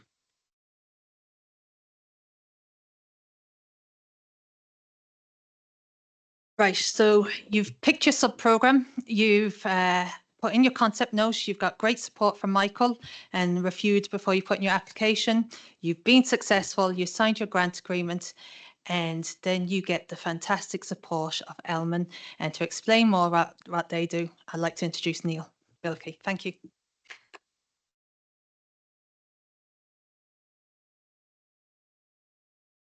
Not sure about fantastic. That's a very very kind word to use. So yeah, it's a bit of a, I think it's a bit of a novelty in EU funding to have a monitoring team certainly quite as active as the role that we have in the LIFE programme. But I think over the years it has been beneficial. That's certainly the feedback that we've always got. That in essence, the external monitoring team has a sort of twofold role. One is advisory. We're here to help, and secondly is to assist in the evaluation of your progress, assist SINEA in the evaluation of your progress. So, I mean, the purpose of this talk is really to give you an overview of our role. We will have a big role with your projects if they're financed, and then to kind of add to a lot of the stuff Gustavo was saying, give some tips on how to put together a good proposal and things to look out for. Can I have the next slide, please? So who we, there you go, I can see that, who we are. So yeah, so as I said, we're contracted by SINEA to carry out this purpose. We are a single organization. We're a consortium of approximately, I think it's about 8 or 9 companies across the EU who come together to form this organization called ELMEN. And our sole contract is to assist in the implementation of the LIFE programme. In total, I don't know, but I think we're up around 200, approximately 200 staff, consultants across these 9 teams. I am part of what is still called the UK-Ireland team. Obviously, the UK are exiting out of the LIFE programme. They obviously have not been applying for new projects since Brexit, but they still have some legacy projects. So we still monitor some of the older LIFE, some of the existing LIFE projects in the UK, but largely our focus is in Ireland. Some of you who may be involved in projects currently or in the past may recognize some of the individuals there. And we all have a range of specialist knowledge on various things. My background would be more in nature, so I monitor nature projects principally, but my colleagues will, if your project is more on circular economy or climate, you may get another monitor. So each project is assigned a monitor at the beginning, and we are it was interesting talking to Michael earlier this morning, and he was questioning if we could use the word friend. And we're not exactly holding hands, but we do. We are here to help very much so. That we want your projects to succeed as much as obviously as SENEA does. So we're all in this together would be our approach. But at the same time, we mark your exams. You know, we help SENEA evaluate your progress, both technically and financially. I'll talk about that a bit later. Next slide, please. So yeah, I put this in just to give you an outline of the current life projects. Obviously, Philip is sitting there and saying, "What about mine?" This obviously excludes CET. CET is Philip's baby. It's got nothing to do with Elmen. So these are the current life projects. And again, it gives you an idea of the spread of coordinating beneficiaries and the strands that they are. And then you also get the TMO is the technical monitoring officer. I cover 5 of them. Again, you can see there's quite a few strategic projects in there. I mean, Ireland certainly punches above its weight in that area. And there's now some of these strategic projects are nature, some of them are climate, and so on. There's 3 traditional nature projects and 3 environment projects. I think it's useful having putting that slide up there because they are currently active, and I would recommend you, if you are interested in getting a feel for what it's like to run a project, a life project in Ireland right now, is to contact some of these projects, obviously through the database or just through Google or so on, and query any issues. It could be useful. As a general comment about the life program, I've been monitoring life projects for too long to mention, but 16 years. So I've seen a lot of projects in UK and Ireland, and I would say with Irish projects, we've never had too many, but the ones that we do have are very good. Irish projects have a very good reputation for quality. So it's quality and not quantity. Obviously, we would like more. We would like more quantity, but Ireland's reputation is certainly in nature, which I'm experienced in, is very good. So I think the other comment I would make is the types of the sectors that take on life projects. So you can see in the nature side, DHLGH, which Department of Housing, National Parks Wildlife Service, state body, they very much are the champions for nature projects, and they've done some amazing projects, brilliant projects, current projects as well. We obviously would like to see other bodies, organisations to pick up the mantle. In the past, we've had projects from Inland Fisheries Ireland, Coillte, as well. But at the moment, we are perhaps relying maybe too much on national parks to some extent. We have a really, really interesting project, Loch Cara Life, run by Mayo County Council. So that's one of the first times I've had a life and nature project run by a local authority, and I think that's a really good model. Another aspect of that project that I think is really interesting is that the idea of that project very much came from the community, came from the people, the local stakeholders, and while they didn't have the capacity to take on the role as coordinating beneficiary, they went to their local authority, they went to the state bodies and said, we'd like to collaborate to apply for life, and that's what they did. So there are various, obviously, approaches, but one sector that is not particularly well represented compared to other member states, and that's universities. Now, I know universities would probably be more focused on Horizon programs, a research fund, but that's not to say life is not appropriate for universities.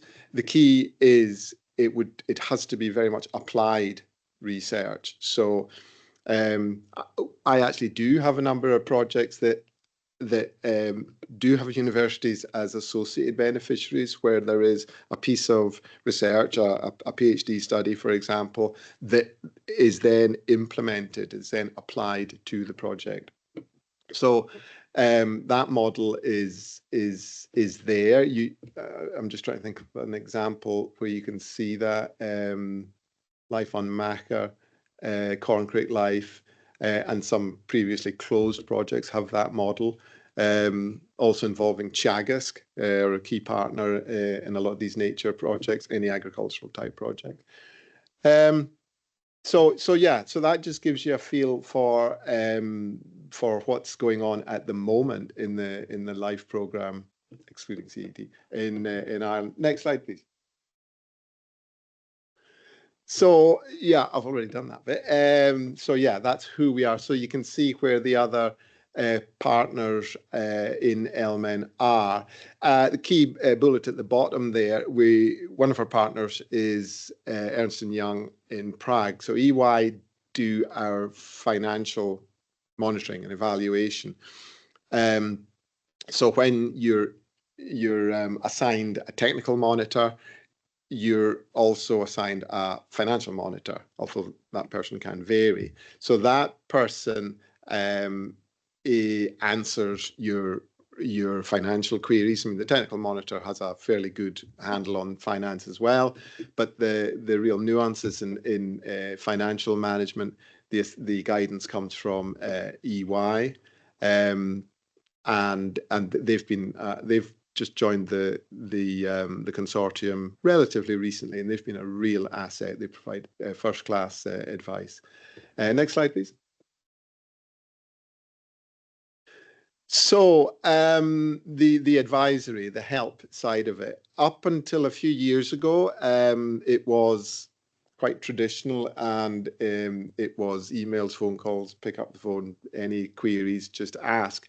Now, sadly, we've joined the world of the help desk, the ubiquitous help desk, where if you have a query, a ticket is raised, and it's categorized, and you will get a response within 2 days, blah, blah, blah, and so on. You will get a response from your monitor, your technical monitor if it's a technical query, and financial for finance.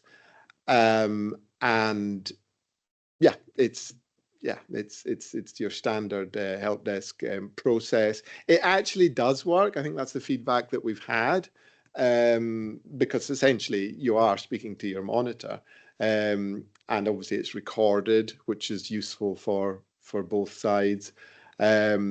So yeah, and the key tip here really is, so each project would have someone allocated to use the help desk. So make sure that that person is is suitably skilled for asking those questions. It would logically be the project manager or the finance manager. So yeah, reports and evaluations. So this is kind of the kind of bread and butter, or part of the bread and butter of your job when you're implementing the project, and our job in assisting you. You now only report twice during the implementation of the project, once at midterm and once at the end. These reports are what's called linked to payment. So as is fairly typical, you get your first tranche of funding up front, usually around 30%. And then once you've spent 100% of that money, you will then submit your, it's called a midterm report. And that will essentially cover the story so far in terms of technical achievements and financial. So your financial report up to that midterm point. And we assist SENEA in evaluating that. And then, all being well, you will get your next tranche of funding. And then at the end of the project, standard stuff, at the end of the project, you will submit your final report, the story from day one, both technical and financial. And depending on your eligibility of your costs, you will get the balance or a certain amount of the balance payment. Yeah, obviously there are examples on the LIFE website. Follow the template, absolutely. People love messing with templates. I don't know why, but just leave it and follow the template. It's there to help you. Financial matters will continue to be checked, but less frequently. Yeah, we used to have, the monitoring team used to be much more involved with the implementation of projects, but our latest contract, we've kind of stepped back a little bit. But again, if you've got queries, the help desk is there. There is a lot of detail in reporting on your financial spend and so on. So any queries, obviously, raise a question. Thankfully now everything is submitted electronically through an e-portal, and obviously we welcome feedback if it's working for you or not. Next slide, please. So the other reports and evaluation, bread and butter, visits to the project, it would be the other main interaction, if you like, that we have with projects. In EU parlance, they're called missions, and we used to visit you annually, but that is now been cut to once at the beginning, once in the middle, once at the end. The first visit is usually within the first few months of the project. Midterm, again, prior to the submission of that report, because we need to visit the project to help verify what you're going to say in your report. And then we visit towards the end of the project in the final year.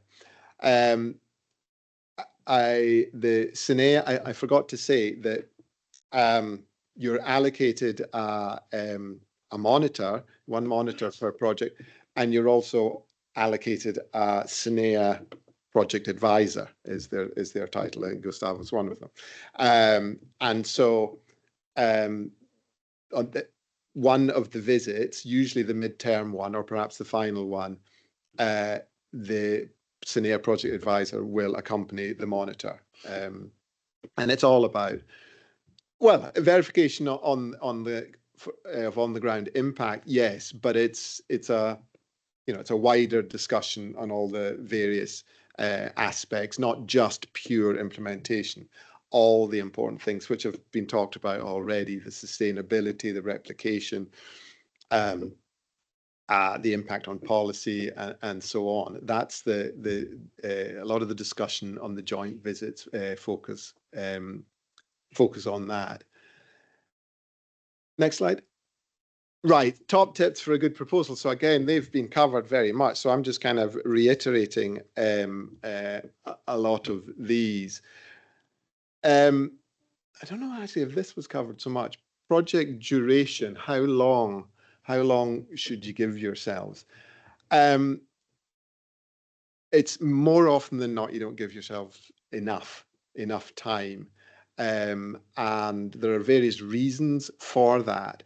Again, you've probably recognized a lot of these already, but things that can slow you down. So internal factors, for example, project manager hired late. I mean, it goes without saying, you know, day one, you want to be obviously kicking off. You want to be kicking off because, you know, the weeks, the months can roll by and suddenly all your milestones are slipping and so on. So hire that project manager ASAP. I know it's a challenge because of, you know, obviously human resource challenges and so on. And it can be difficult to set the ball rolling when you're still waiting for approval that you've won the grant and so on. But even in the event that you do not have a project manager in place on day one, have an interim project manager, have someone covering. Do not start in the first week and there's nothing happening. Have some interim arrangement that you're starting on day one. Other challenges that can slow things down: coordination effort with many partners. Yeah, the more partners that can be that can take time. It can be challenging. Changes in employees or partners. Yeah, well, that happens again.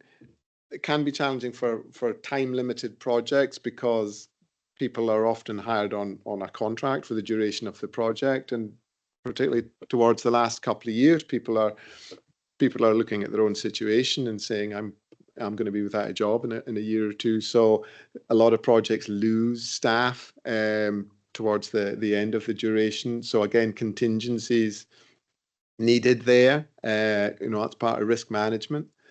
Overload of project manager, under resourcing, same kind of thing.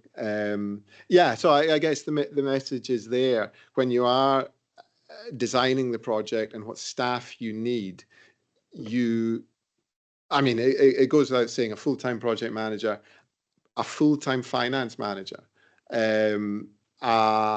nature projects. Comms is so big now. I would say a full-time comms person. A lot of the nature projects, a lot of the really successful nature projects now have community engagement officers full-time, living in the areas, engaging with the people. Massive benefit of having that. And that can make the difference between achieving your objectives and not. So do not cut yourself short on your team.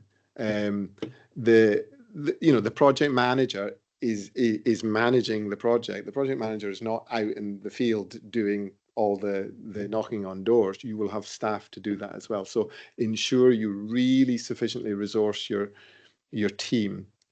Resource them in terms of having enough of them, and of course paying them as well proper rates.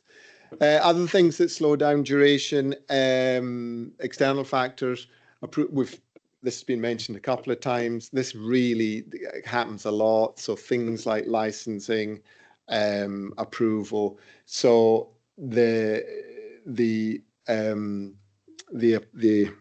statutory bodies who approve licensing and so on, you really need to have them perhaps on the steering group. They are key stakeholders in the project, or if not, you need to have got advanced discussions on, is this going to happen? Are you going to approve this? Because we can't take that risk. Tendering, procurement procedures can go on and on and on. Availability of skilled contractors. Seasonal limitations, certainly for nature projects, that can slow things down. For example, the weather. Supply chains in this changing world, that can really slow things down. And of course, you get the odd global pandemic, which can really mess things up. So yeah, plan a buffer time. Projects can ask for a prolongation, and quite a lot of them do, but that is only for exceptional circumstances. you can't get that just because you didn't get your finger out with hiring a project manager. So ensure. In terms of duration, projects now kind of average, standard projects, traditional projects average 5 to 7 years, maybe. They can be shorter, but generally not much more than that, to give you an idea of the time frame. Next slide, please. So again, a lot of these things have been touched on today already, and a lot of them are pretty much common sense. You should know these already. Adherence to the project plan. You've got it. It's all there. Use your project management tools. I mentioned risk. So again, identify those risks and mitigation plans and so on. Resources, I mentioned that. Make sure you have sufficient. Don't try and do it on the cheap. Milestones and deliverables. Know the difference. It's quite disturbing. Sometimes people don't know the difference occasionally. So, and don't have too many, because then it just becomes far too hung up on the detail. So make sure that they are the key ones. Don't have all your deliverables at the end, because that's not spacing out the work properly. Objectives, do not overpromise. Again, I think that was covered by Gustavo. It is, of course, tempting to try and really catch the eye and say you're going to fix the world, kind of thing. No, you keep it real, but don't. But remember, we need ambition. Again, that's a message that was coming across. So be ambitious, be eye-catching, but just keep a lid on it. That it's not unachievable. Coherence. Make sure that when the proposal is being read, I can see the logic of this work package before this one, and so on. And sustainability. Very, very important that there has to be, it's in the template, there has to be a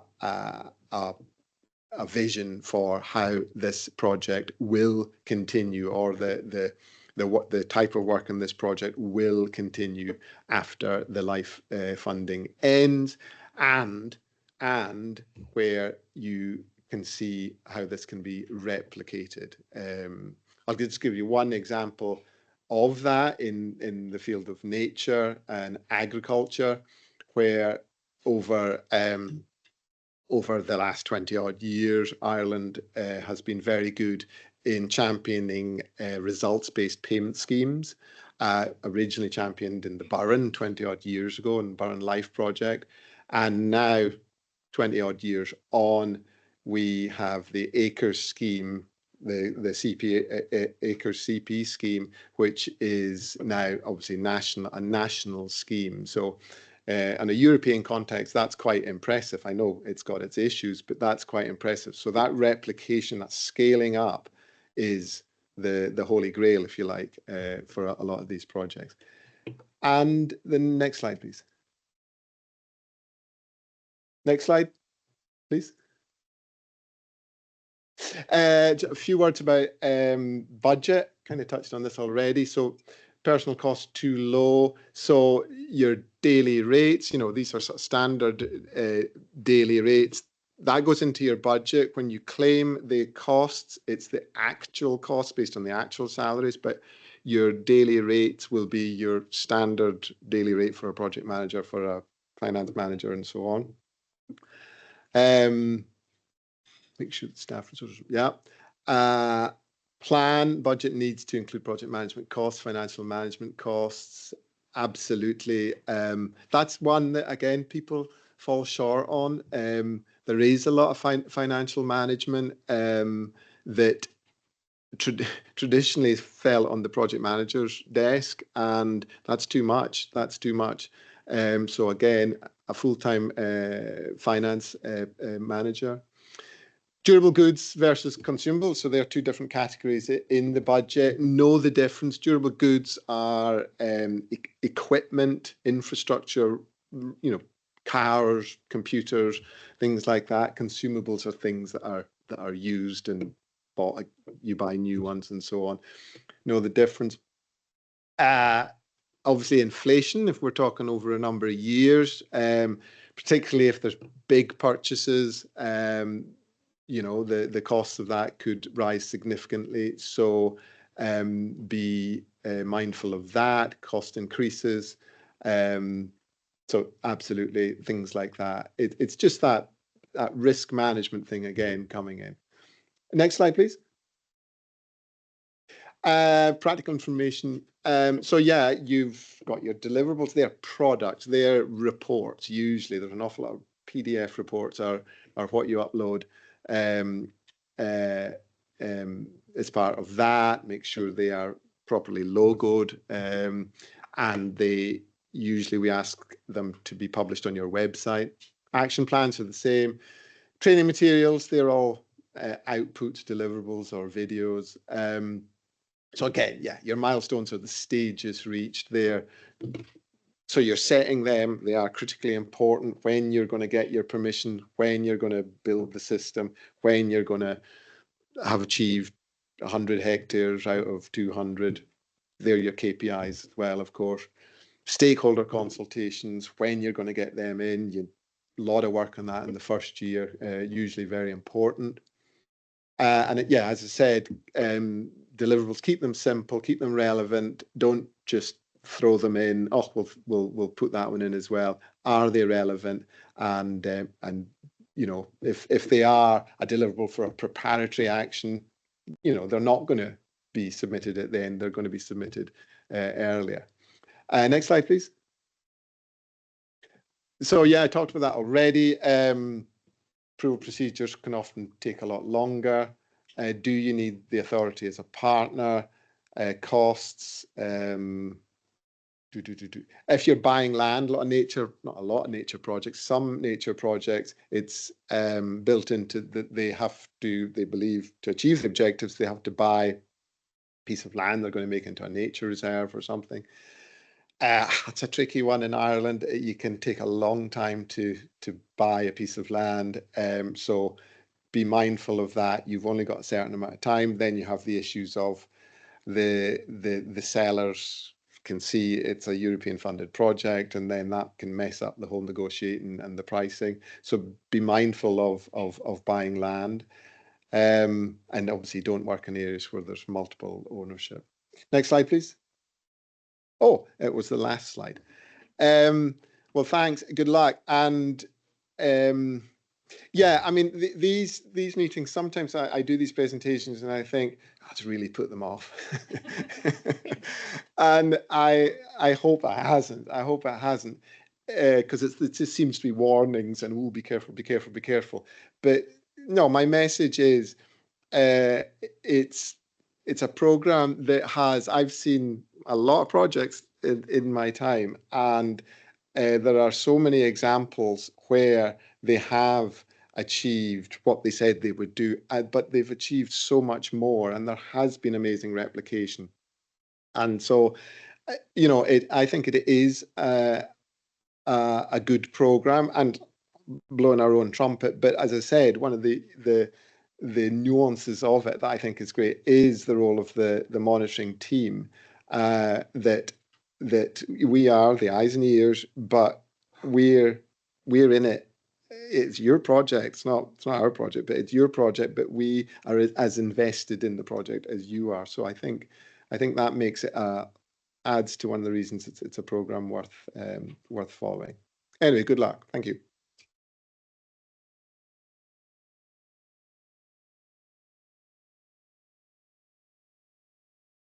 Thank you, Neil.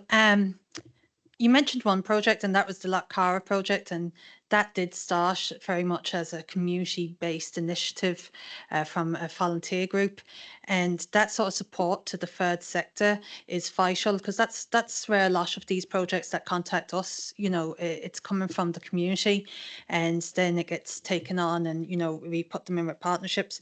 But a great resource for that sort of third sector is the Reel, and we have Emily from the Reel here today who will just do a quick presentation for you as well. Thank you. Thanks, Aideen. So yeah, my name's Emily. I work for The Wheel. I'm the European Programs Manager there. If you're not familiar with The Wheel, we're Ireland's National Association for Community and Voluntary Organizations and Social Enterprises. So within The Wheel, I work on a program called Access Europe with my colleagues Christina and Em. I'm here today. So today I'm just going to kind of go through the supports that we provide that might be of interest to your organization. So I think that's like 2 slides now. Yeah, so Access Europe is a support and capacity building program to help Irish civil society organizations to better access and manage EU funding. So basically, there's all this sort of EU funding that's going out there that's untapped. And we kind of saw a gap there where we could kind of come in and use our expertise to help organizations, particularly kind of smaller nonprofit organizations, access this EU funding. And the DFA saw the light and have funded us to deliver this program for the next 3 years. So basically, you can kind of think of us as a one-stop shop for all things EU funding related. So our target group is civil society, and you can see here that we have a very broad definition of what civil society is. So chances are your organization or body probably falls into it. So it's NGOs, community-based organizations, trade unions, academia, city and county councils. For the most part, we spend most of our time supporting community and voluntary organizations based on because that's sort of what The Wheel does. That's our membership body. That's the work that we do. And because traditionally those organizations would have a more difficult time accessing EU funding, but the research and the information and the service that we provide are applicable mostly to all sectors, and they're free and available to access. And we kind of see ourselves as stepping into this space where we're trying to sort of broker partnership between the different sectors, particularly between academia and community-based organizations, because the cross-sectoral approach to EU-funded projects is really what the Commission wants to see, and it's kind of the best approach in general to sort of tackling societal issues. So that's kind of what we see ourselves doing in this space. So we have 4 key services that we provide. So the first is information and resources. The second is events and training, help desk support, and network building. So now I'm just going to kind of go through what each of those services look like in action. So this is our lovely Access Europe website. So in terms of information on this website, we have an EU funding guide where we cover all the different EU funding programs out there, including LIFE, and their policy objectives. So you can kind of see if it's a good fit for your own organization's objectives. So we're going to be actually refreshing and relaunching the website in the next few months to include a self-guided e-learning platform. So literally watch this space. It'll look a lot better very soon. So it's exciting. And then the next thing that we do in terms of information and resources is we do a lot of research in all the different EU funding calls. So I don't know if you've ever looked at the funding and tenders portal, but there are literally hundreds of funding calls on there. So we kind of do the hard work of trawling through all those different calls, picking out the ones that are most relevant for civil society and putting them on our website. So you can kind of see all the information at a glance, and we kind of try to take out a lot of the Commission jargon. Sorry, Gustavo, hope you're not offended by that. So that's all on the website. And then we have a free monthly newsletter where we include all those funding deadlines in the newsletter. So you can see them at a glance. So you can see there the live call. And then we also have a lot of EU funding related training and events that we would highlight in the newsletter as well. And I've hyperlinked the link to sign up to it there. So as I said, it's free, it's monthly, goes right to your inbox. So again, the hard work of looking for these calls is done by us. In terms of training and events, we have a full calendar of training that we run every year. And it ranges from kind of entry-level things to an introduction to the different EU funding programs that are out there to kind of more high-scale events like integrating EU values into your work. We actually have a series called Getting Started with EU Funding, where we do a training on designing your EU project and then building your EU partnership. So I saw in the Slido somebody was asking a question about if there are dedicated platforms where you can go to find partners. And we actually just did a training on building your EU partnership last week, where we kind of go through what those platforms are and different sort of networks that you might want to join so that you can be putting yourself out there and find EU partners. And then the other thing we do is a lot of kind of sort of spotlight events on the different EU funding programs. So we did one with Aideen a couple of years ago about the LIFE program, and they're all free and accessible on our YouTube channel. So you can have a look and see if any of them are of interest to you. And then in terms of our help desk, So we are not very high tech when it comes to our help desk. I am the help desk. So you can email me and I'll either respond to your question in an email, or if it's kind of more complicated, or if you need a bit more hand holding, I'm happy to set up a one-to-one Zoom call to talk you through it. But basically what we would do is kind of listen to your project idea, help you kind of figure out if it's a good fit for EU funding, and then signpost you to the appropriate program for your project idea. And then the idea is that once the national contact point for that program confirms, like, yes, this is a LIFE project, then we can kind of help with application review, that kind of thing. And then once your project is actually funded, we're there to help you put project management supports in place so that you don't get overwhelmed as a project manager, or even just as kind of a project partner. So we can help you put in place structures and templates for reporting, for impact monitoring. We can help you find trainings on risk management and conflict management, dealing with partners, all that kind of stuff. So basically the idea is that Access Europe is here from the start to the end of your program, so you're not kind of alone in this sort of EU funded project world. We also have an EU project managers network, so we meet a few times a year, and it's just a good space for people that are working in the EU funding space to kind of have sort of a place to peer exchange about the challenges that they might have. So that's also free. So those are kind of like the project management and help desk supports that we would offer. And then in terms of network building, so we actually have our own Access Europe partner database. So as you've heard by now, like most EU funding programs, not just LIFE, but involve some level of partnership. And that can kind of be the most daunting thing for organizations that are just getting started with EU funding, is finding those partners. So we have this database where Irish civil society organizations can showcase their organization. You can you can create a profile, and again, this is all free. And basically what you're doing is just kind of showcasing yourself to other organizations, what your strengths are, what your interests are, what you would bring to an EU funded project. And then we sort of shop this database out to our networks here in Ireland and in the EU. So the idea is that you might get invited into an EU funded project as a partner. And that's always a nice way to start rather than taking on the lead role initially. So kind of creating a database profile is also a really good way for organizations that are new to EU funding to kind of think about what they might like to do with EU funding and kind of develop a European development strategy. So again, if you're interested in creating a profile, you can click the link there. Okay, and this is just kind of to demonstrate, this is sort of the quadruple helix model is kind of what the ideal EU project partner consortium looks like. So you've got the public authority, industry, academia, and citizens. And that's kind of, citizens is where sort of like the community-based organizations would fall. And so this is taken from an Interreg funding program project manual, but I think this is kind of increasingly applicable to all different EU funding programs, including LIFE. I think Aideen, you'd probably agree with that. So yeah, so basically cross-sectoral is the approach that you want to see and be taking towards partnerships in the EU funding world. And that's kind of, again, where we see ourselves kind of helping out, stepping into that space and brokering these kind of cross-sectoral partnerships with our network. Sorry, so we've got a membership of over 2,300 organizations within the wheel. So that's where we can really kind of help you out. Sorry, just gotta catch my breath. Talking really fast. Yeah, so the other thing that we do to actually sort of broker those partnerships is these different sort of partner matchmaking events that we run.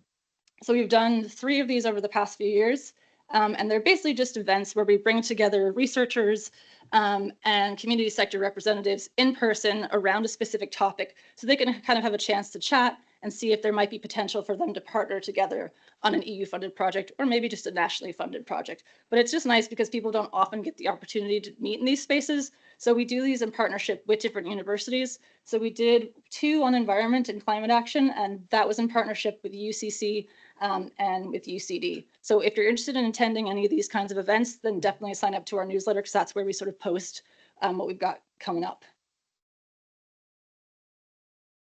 And then this is just a real life example of a LIFE project partnership that we helped to broker. So this is the LEAP project. So basically, I think this was 2021, we were kind of doing our standard newsletter research, and the clean energy transition calls had just been published. And I knew that one of our members was the Aran Island Energy Cooperative. And I was like, oh, this would probably be of interest to them. So I got in touch with Avril, who was managing the cooperative at the time, asked her if she was interested.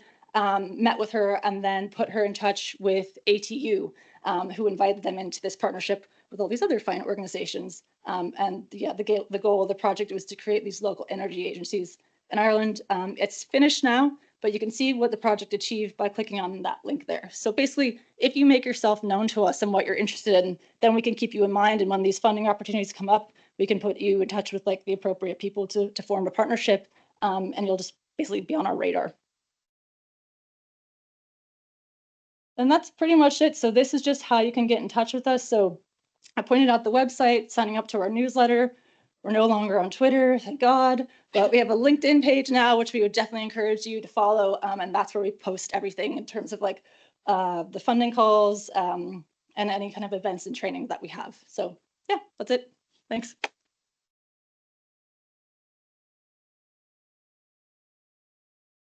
Emily, thank you so much. Yeah, I think you'll probably agree with me. Whilst you can submit your LIFE application in any language, English is preferred, and I think that gives Irish partners an advantage. And, you know, your first project, you can go in as a partner. It's a nice sort of easier step anyway. I won't say anything's easy about EU funding, but this can be easier. So, you know, Irish partners are sought after, and between the Real and ourselves, you know, there's plenty of help out there. I'm just giving Kieran a moment to find the next slides. I'm glad to see there's plenty of questions on Slido already. And before I invite our Q&A session people up, Marcin from Ecovision, which was a CET project, he's just going to give a quick overview to sort of see it from, yeah, Marcin, come on up, sort of see it from the side of the applicant, which I think is always helpful. So Marcin, thank you. Okay, how are you doing? I'll be a bit like Philip now. I'll be having to look over my shoulder here because well, no, maybe I might manage, but these glasses don't cover all distances. Right. So my name is Martin O'Mellows and I work with Ecovision, formerly and actually still formally known as Energy Communities Tipperary Cooperative, and I'm joined here today with my colleague Marcella Maracchio.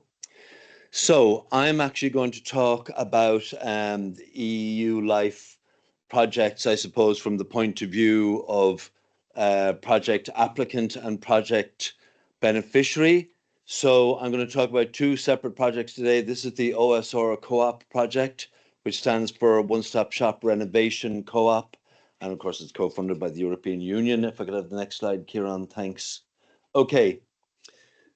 So you'll note that in this project, different to the next one I'll be talking about, there are actually 1, 2, 3, 4, 5 partners here, right? Energent in Belgium, who are a similar organization, and maybe just not quite as advanced as now Ecovision. Energy Communities Tipperary Cooperative, ourselves, Les Septements in France, who are mostly providing like an advisory service around retrofitting, also known as integrated home renovation, and then Rescoop EU, the European Federation of Energy Co-ops, and Snap Solutions down in Portugal, who are actually the project coordinators. Kieran, if I can have the next slide, thank you very much. Okay, so this project is actually about one-stop shop renovation co-ops, right? It's a 3-year project running from October 22 and now actually finishing now at the end of September, if the truth be known, 2025, aimed at creating models of integrated citizen-led one-stop shops for renovation services replicable across Europe. And the important thing about a lot of the work that we're doing is that, like, while we're looking at, okay, so in the case now of Ecovision, while we were looking at our own model, and so we were looking at marketing, we were looking at finance, and we were looking at like different IT tools that would be used, and we were looking at them so we were using ourselves as kind of like, okay, so we're going to be looking at how can we improve the service that we're providing by changing some of these things, and also how can we do that then in a way that can be replicated by other citizen-led organizations across the EU. And obviously the project is funded by the LIFE program of the European Union. Okay, next slide, Kieran, if you would be so kind. Right, so part of what has been done here with Energy Communities Tipperary Cooperative was to actually look at, okay, so how can we build on, so in terms of like developing new improved services, how could we build on what was done before, and which is a lot, because actually ECTC, as it was being called, actually within the organisation when I arrived, started in 2010 with a meeting at a community hall in Drumban, Upper Church in County Tipperary, and then went on, actually, if the truth be known, to really, as far as I'm concerned, and part of what led me to coming to work with the organisation is really the first real citizen-led renovation one-stop shop. Not only in Ireland, I think, but in terms of the EU, back before citizen-led renovation was really a term, and before one-stop shopping was really properly a term. So what do we do here? We looked at, okay, so how do we bring the community-based or citizen-led renovation, how do we bring that into the mainstream? So you can see what we did there. So we brought it into the mainstream by obviously, like, you know, if you're on the phone to someone even and you're saying, oh yeah, hi, Martin here from Energy Communities Tipperary Cooperative, well, two things. One is the organisation is not only operating in Tipperary anymore, it's operating in Tipperary, Clare and Limerick, and leaking out into the surrounding areas, etc.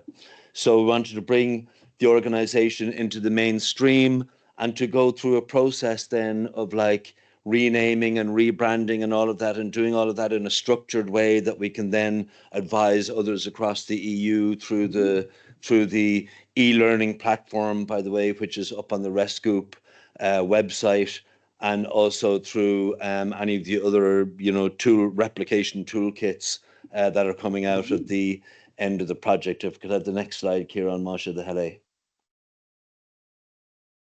Okay, so I just want to say, so I will say there just before I move on to RenPower, so just some of the points that have come up here already.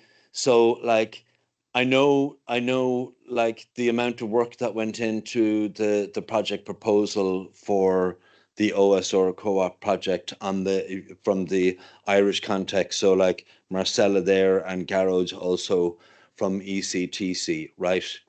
So I would say to anyone who's here thinking about maybe like putting in for a project, like you don't have to be a professor, you don't have to have a string of letters after your name. Like the LIFE projects aren't about just academia and all of that. Like they're there to allow everybody to do stuff really at the end of the day, right? I would say, so maybe contrary to what some other people have said, right? So be careful about, I would say, like, you need to be careful about who your project partners are. Like if you, let's say if you were getting into a project proposal now and you have like, oh, you know, six other partners now who are going to be part of this consortium, and you're writing a project proposal, right? If you're already into that project proposal and you're already seeing like, oh, actually there's two of them and they're never delivering the stuff on time, or you're having to just be pulling them along behind you all of the time, be careful about that. Maybe you'd need to consider in a case like that. Look, Philip's nodding already. Maybe you'd need to consider in a case like that whether you might review the consortium. If you can't get them to deliver the stuff for the project proposal that's going to benefit themselves, and if you can't get it off them in time, well, there's no reason to think then that when you're actually in the project that you won't also then be absolutely killed with having to pull them along behind you. And also then, so when I'm reminded of something else I was thinking, oh yeah, I must say that.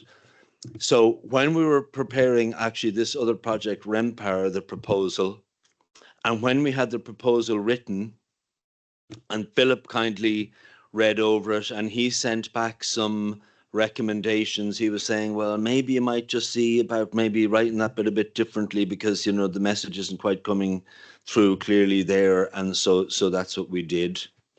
And so I would say to anyone, like, beware that ego can be a 4-letter word. So if there's advice available and you go looking for that advice, well, then maybe if you're getting advice from someone who knows what they're talking about, you should follow that advice and not be thinking, oh, well, they don't really know what we're on about, so why would I listen to them? Okay. So the RenPower project is about tackling energy poverty through home renovation, because of course it's a home reno type project, right? And if I could have the next slide, Kieran Masha the Hele. Okay, so who are the partners here? The partners here are ourselves, now known as Ecovision, thanks to the previous OSR co-op project. And I might point out to you as well that evaluators, SINEA and evaluators and everybody, they do like to see that that new projects are at least going to take account of work that has been done in previous projects and look to see how you might build indeed on, not replicate, but to build on some of the wheels that have been previously invented. Okay, so we have Ecovision here, and that's us. And you have Goyaner. Goyaner is an energy cooperative down in the Basque country in the north of Spain with like 18,000 members. And then you have UIPI, which is the International Union of Property Owners. They're based in Brussels.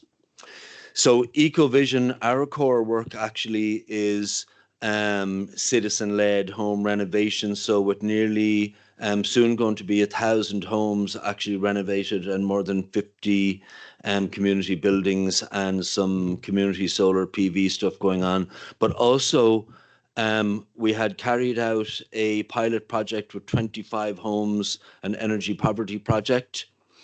And based on the work in that and the results out of that, like, we felt as an organization that actually that energy poverty was something that we needed to use our skills and experience to address, and to see how could we address it through home renovation. Goyaner down in the Basque country, well, they had previously done a lot of work on energy poverty through a project called Power Poor. And so they had a lot to offer there. And so they're now wanting to, well, no, they're not wanting to, they're actually doing it now, establish themselves as a renovation one-stop shop. And we want to go further with the energy poverty work. So we said, okay, why don't we cooperate with each other and actually do that? And then for communication and dissemination, we picked up in the UIPI, and they have also actually, they've done a lot of work around integrated home renovation services in different projects, etc., and indeed looking at energy poverty. So what do we want to do? We want to use behavioral change and home renovation in the context of energy poverty policies and renovation wave policies to like join the cogs. Our former colleague Derry O'Donnell put that graphic together very nicely, and so that we join the cogs and get one affecting the other. And do I have another slide there, Kieran? Oh my God, look at all of that. This is death by PowerPoint type text here now. I'll have to just lean here and read off that one. Okay, so You weren't getting taller.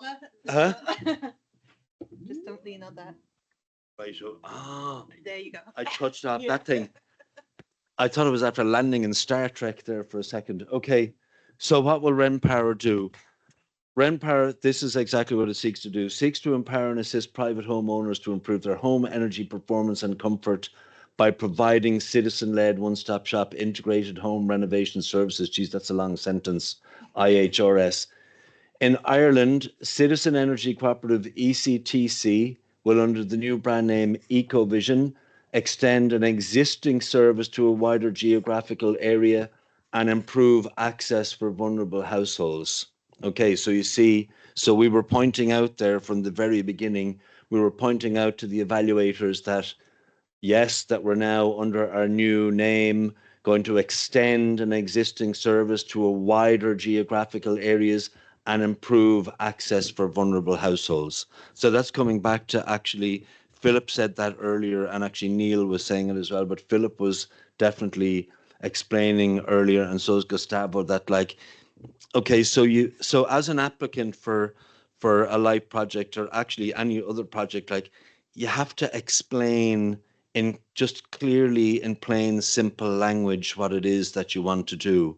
So like, some big long novel of flowery stuff that no one really understands, like, there's no need for that. Like shorter and succinct is better than longer and not understandable, if I may just be so bold as to say that. In the Spanish regions of the Basque Country and Navarre, Citizen Energy Cooperative Goyaner will start a completely new citizen-led renovation one-stop service, and that's what they're doing. So they've had previously they have not been doing anything with renovation or one-stop shop services, and we are now teaching them how to do that from scratch. So we are now transferring the knowledge that we have all the way down there, right? And they in exchange are teaching us, based on their experience, how to deal with energy poverty. Meanwhile, the Property Owners Union, UIPI, will provide replication in other EU regions, adapting to the local context, and will formulate policy recommendations. Just because local context is measured there, another point that when I was listening to Philip and Gustavo and Neil, another point I'm going to make to you is this. So like, when you're putting together a project proposal, like, don't be promising sun, moon, and stars that you don't need to be promising, right? So I'm going to give you this one example, right? So let's say that you're saying, oh, we're going to deeply explore the cuteness of penguins in the context of, when they're looking extra cute or whatever.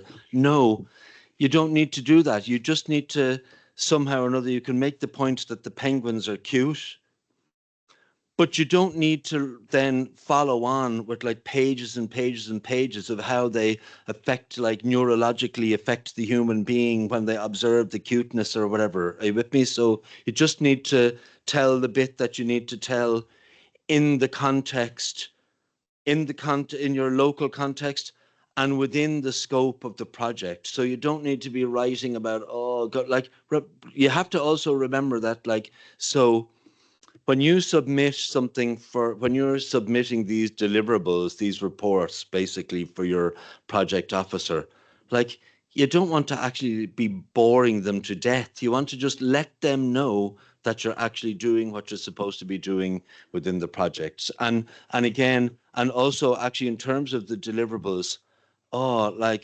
so I've seen some projects where like, there are so many deliverables that it's like, well, when do they actually have a chance to do the work that they're supposed to be doing in the project? If they're writing about it like 7 days a week, when would they actually be doing the work? I don't know. Do I have another slide, Kieran? No, that's it. Okay, so that's me. So Guru Mahagav, thanks very much.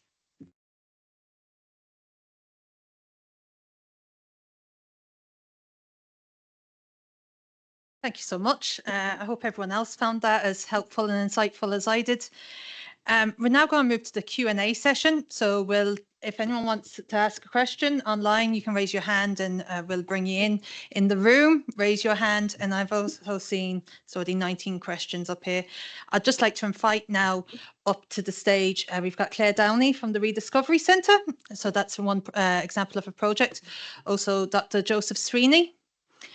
From the Farm for More, based out in UCD. And I just because I know there's plenty of questions already online from him, Gustavo, if you wouldn't mind also joining us. Thank you.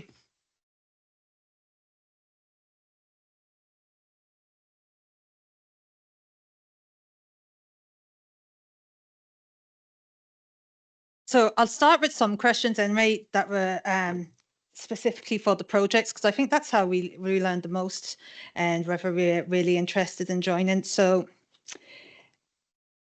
for all our sort of project managers here, were there any unexpected hurdles in the application process, and how did you overcome them to be successful?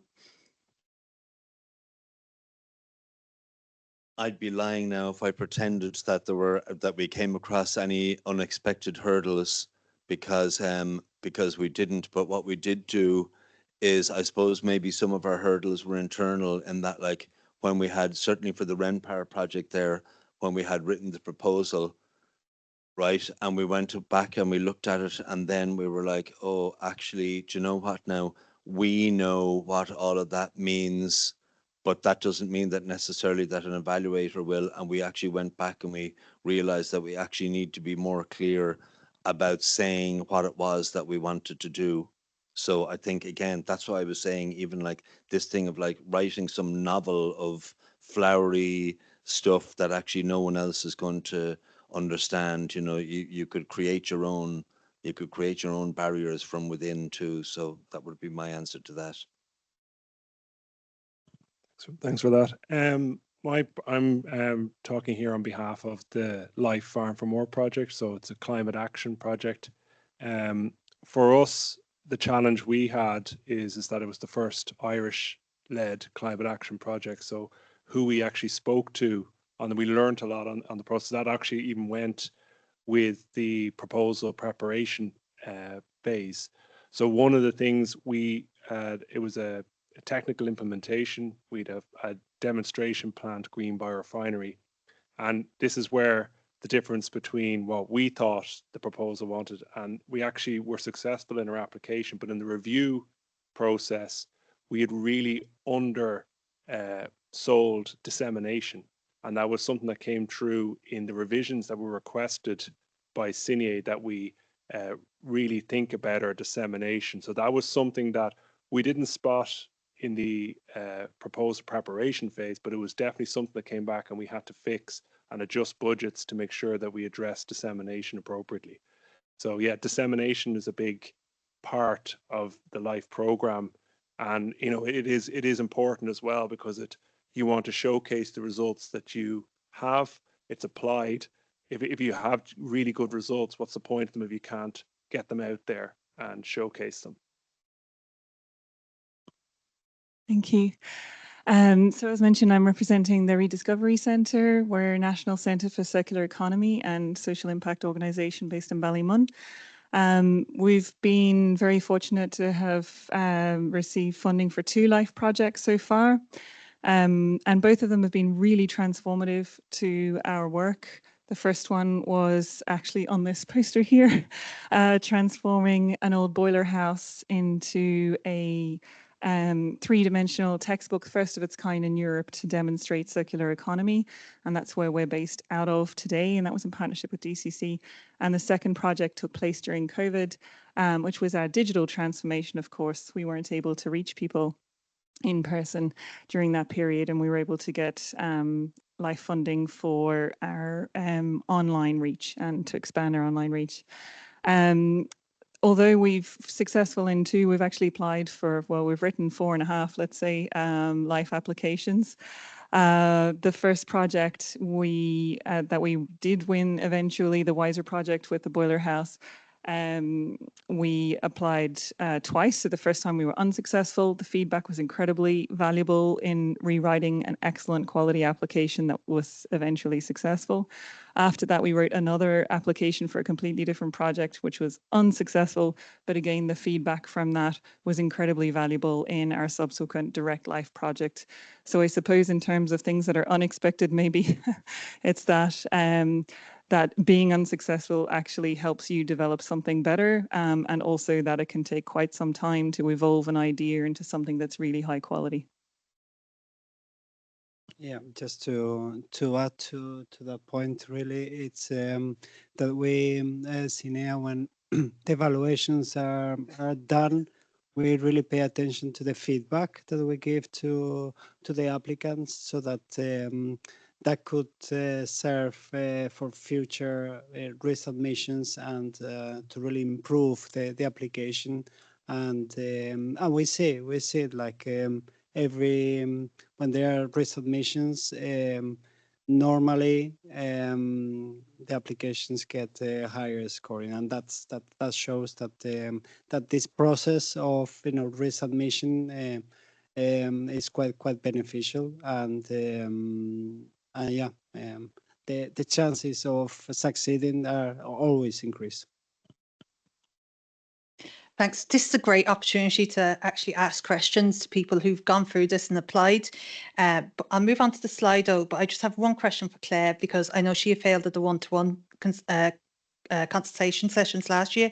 What advice would you give to any potential person who wants to take advantage of that and about how to get the most out of those sessions, Claire? Yeah, we were working on a project last year for circular bioeconomy hubs, together with a number of partners, and we were really grateful for that one-to-one mentoring session. Obviously, you have to have a fairly advanced application at that point of going for the consultation, but what the consultants did is assess the viability of the project at that point. I can't remember, was it July or August, when we had the one-to-one session and walked through in a really structured way where the project application was in relation to, our objectives, our relevance to the criteria, timelines, and so on. I guess we knew in our heart that we weren't as advanced as we needed to be at that point, and the viability showed that, so we came out at around 40%. If we had been further advanced, let's say, that one-to-one would have really helped to hone in on the areas that needed the most focus. As it was, because we were a little bit behind where we needed to be, we also were able to say, okay, we need to make a call on this. We'll wait for the next LIFE funding round or the one after that, or look for another funding call. But at the moment, we're not where we should be in terms of the timeline. So I think it's an extremely valuable process. Sometimes you kind of have a feeling, but you're still trying to reach the submission deadline. So it's a really valuable process also for just very structured way picking out where your weaknesses are. Perfect. Thanks, Claire. We'll just move on to the first question there on Slido. I know we've touched on it slightly earlier, and I can't remember who was mentioning it, but this is probably for you, Gustavo. Can there be a research component to the proposed project? And if so, what should the split between research and implementation be? Yeah, I think I've touched on this before. But, so basically, for the LIFE program, we're not really. It's not a research program. So when there are activities that have a research component, there normally applied research, and not only applied research, but also activities that are essential for the delivery of the project, the implementation of the project. So typically, this would mean that there's small proportion, but essential. I can give an example. For example, there's like a conservation of a species, and there's a population somewhere, and okay, so you need to know that if this population is genetically related to another, and that's essential. You cannot reintroduce a species without knowing that. So yes, then you applied research, genetics, to know what to do in the next steps. So yeah, it's a small proportion and always applied. To that, yeah, no, just it is a small and applied part. Just to say that I suppose for us, certainly the research element has been really, really critical to the design of the next stages and to the projects. So for our second project, Direct Life, we did some market research on what people knew about the circular economy, where they are, what their attitudes are, and that really shaped a lot of the rest of the project in terms of design, and also helped us to secure subsequent funding to run a knowledge hub on circular communications and public engagement. So it wasn't a massive part of the project, but it was absolutely crucial.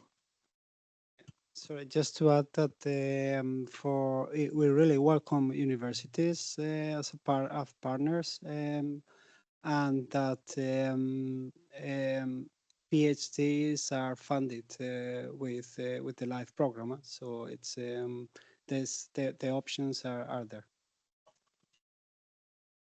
Yeah, so for that's exactly kind of, it had to be applied research, and it was the fact it was written into the application that specifically stated what the purpose of the we didn't call them research kind of projects. We called it applied animal feed studies is what we did.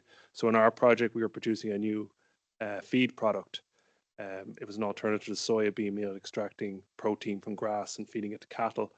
So actually, even with the implementation, we had feeding trials in Austria, extensive feeding trials in Austria, testing it with cattle, testing it with chickens. But there was a specific focus, a purpose for that. We had to showcase to the agricultural sector in Austria using a research and agricultural body there that have very good standing in the local community. So it was really important that they did the feeding trials. So if they stood over it, then the farmers would be more likely to uptake the product and it would have a much more higher commercial impact. And just in terms of kind of research and applied, we identified early in the project as well that if we wanted to apply these products to Ireland, then we were able to adjust budget and we created a feeding trial in Ireland as part in Lyons Agricultural Farm to support an Irish implementation of the products. So yes, there are, well, it depends how it is your research you're doing, but it has an applied specific function within the project.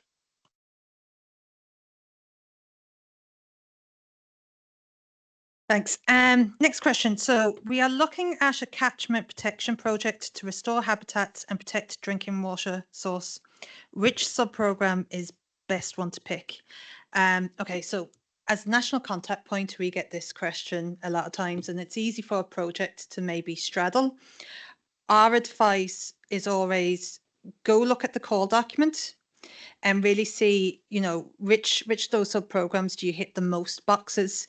And there's obviously no disadvantage if you're ticking boxes in more than one sub-program, but maybe Gustavo has something to add to that. Yeah, that will be the approach, is to see what the main focus of the project will be. Here, talking about restoring habitats and river habitats, I suppose, and drinking water.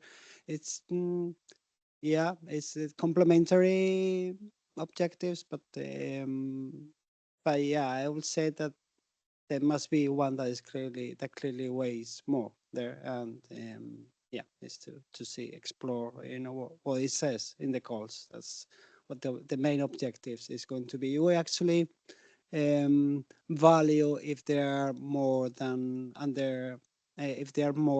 one objectives. Like, you know, if you have if you meet some of the objectives from another sub-program, the proposal can get more points, but you have to really focus on one. That has to be like that to have chances. Thank you. Adrian, Oh.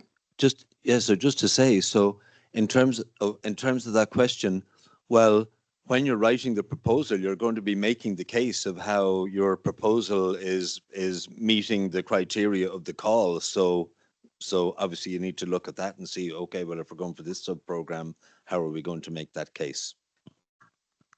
Thanks, Martin. Can you replicate another LIFE project from a different country? So the answer to that is simply yes, and that would fall under the technical assistance replication. And it doesn't even necessarily have to be a LIFE-funded project, but an EU-funded project. So you could use Interreg, or even in the Irish context, PEACE. It does have to be in the nature of biodiversity or the life and circular economy sub-program, so you can't replicate CET under that technical assistance replication. I don't know if you have anything to add to that, Gustavo, that covers it? Yep, perfect. Can you give examples of who should not apply for LIFE in your view? Oh, here we go. Yeah, Philip. The LIFE CET does not fund construction projects, so they're not going to fund you to put solar panels up or a wind farm anywhere. So there's no, in some projects you might be able to look at depreciation costs. So in the CET side, it's about funding a process to start projects and market uptake. It's not about actually putting bricks and mortar up. So I do get a lot of questions about people want, can you fund my solar farm? No, we can't fund a solar farm. We can look at a process of developing a community initiative around it, but it's quite targeted in that respect. Just on that point, though, we created a demonstration plant to hold a large-scale green biorefinery, but because that had to be specific, a structure had to be placed around it to house the demonstration plant. That was an eligible cost for us under prototype. So yeah, if you're just building something, as you say, but if it is a specific, for us, it had a specific purpose to house the demonstration plant, then that was a structure that we were allowed to construct. Amazing how people interpret a question differently. So when I saw that question straight away, I was like, well, anyone who's not going to be able to deliver on the project, like you need to, if you're going to write a project proposal and apply for what is, let's face it, public funding to put together a project, you would need to know beforehand, like how you're actually going to deliver on the project, and not like, oh, we'll lash in an application there, and then if we get it, we'll figure it all out after.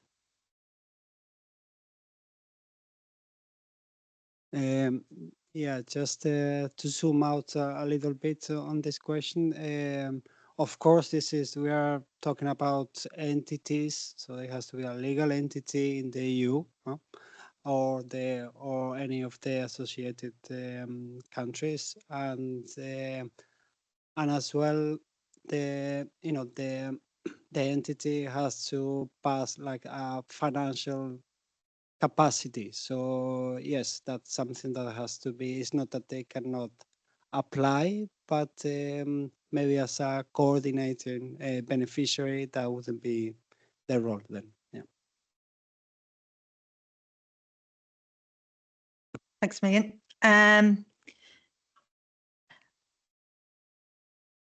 There's some now, just because we're running short on time, I want to make sure people get their lunch. So there's some very specific ones, which Ria is the contact point. We'll go back afterwards.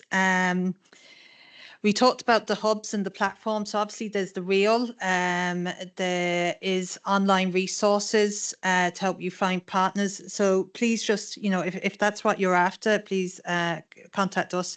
There is at the EU Info Day, for example, there was an opportunity to sort of put up your profile and meet potential partners, and that's always proven quite successful. One of the questions here, related a bit to the last one, can the applicant be a department? Yes, they can. And I suppose we saw loads of examples. Any sort of legal entity can be one. Regarding assisting in writing applications, again, contact the National Contact Point and we can put you in the right direction. Here's one for you, Gustavo, though. Is a project similar to a previous life project a disadvantage? Oh, sorry, that just skipped on me. Yeah.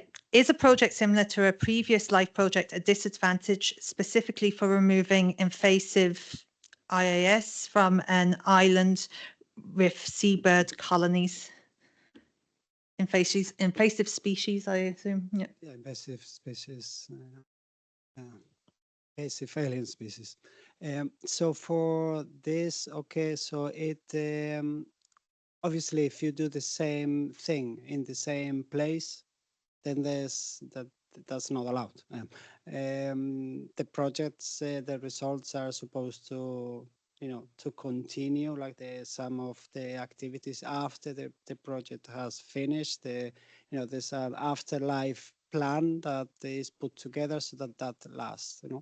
Now, if the issue that has been addressed is different, even if it's in the same place, then that's okay, that's fine. Or if it's the same type of issue but somewhere else and is really relevant and the proposal can really demonstrate that, then that's okay as well. So a disadvantage, well, it depends. It depends.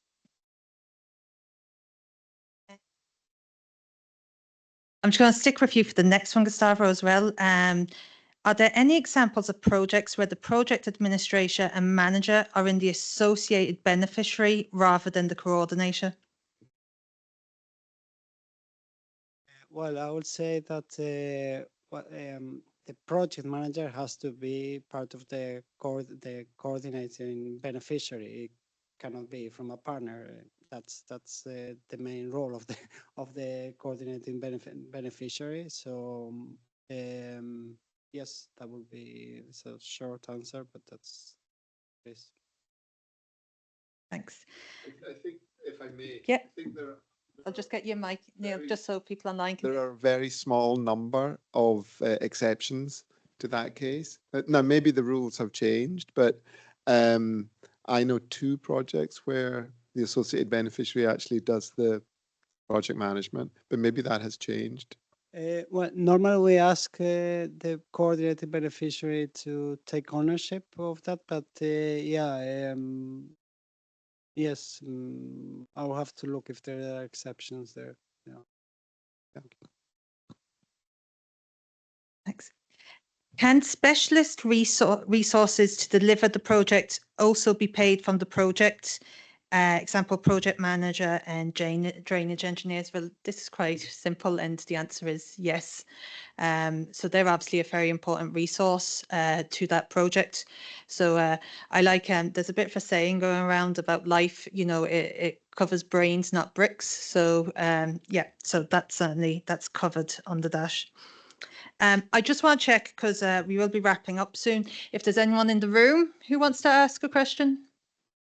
No, you're all shy. I think you got, oh yeah. Thanks very much. Morris from a company doing carbon removal. My question is around the ideal consortium. Maybe it came up earlier and I missed it, maybe perhaps, but is it, I've heard different things being said, but it should be in one country or several countries. Just some specifics on that, specifically for the climate subgroup. Thank you very much. Well, it would really depend on your project. So Philip on the clean energy transition, well, if you want to just give a few words about the importance of partnerships under that. Yeah, so most of the topics under the clean energy transition require 3 partners from 3 different countries as a minimum requirement. But typically those projects have probably about 6, 7 or 8 partners to do the project. There are a number of topics in there that allow you to just have a single applicant. But even with those, again, there's a few partners. And from the other sub-programs, the consortium makeup really comes down to what you want to do and all the value added from the various partners.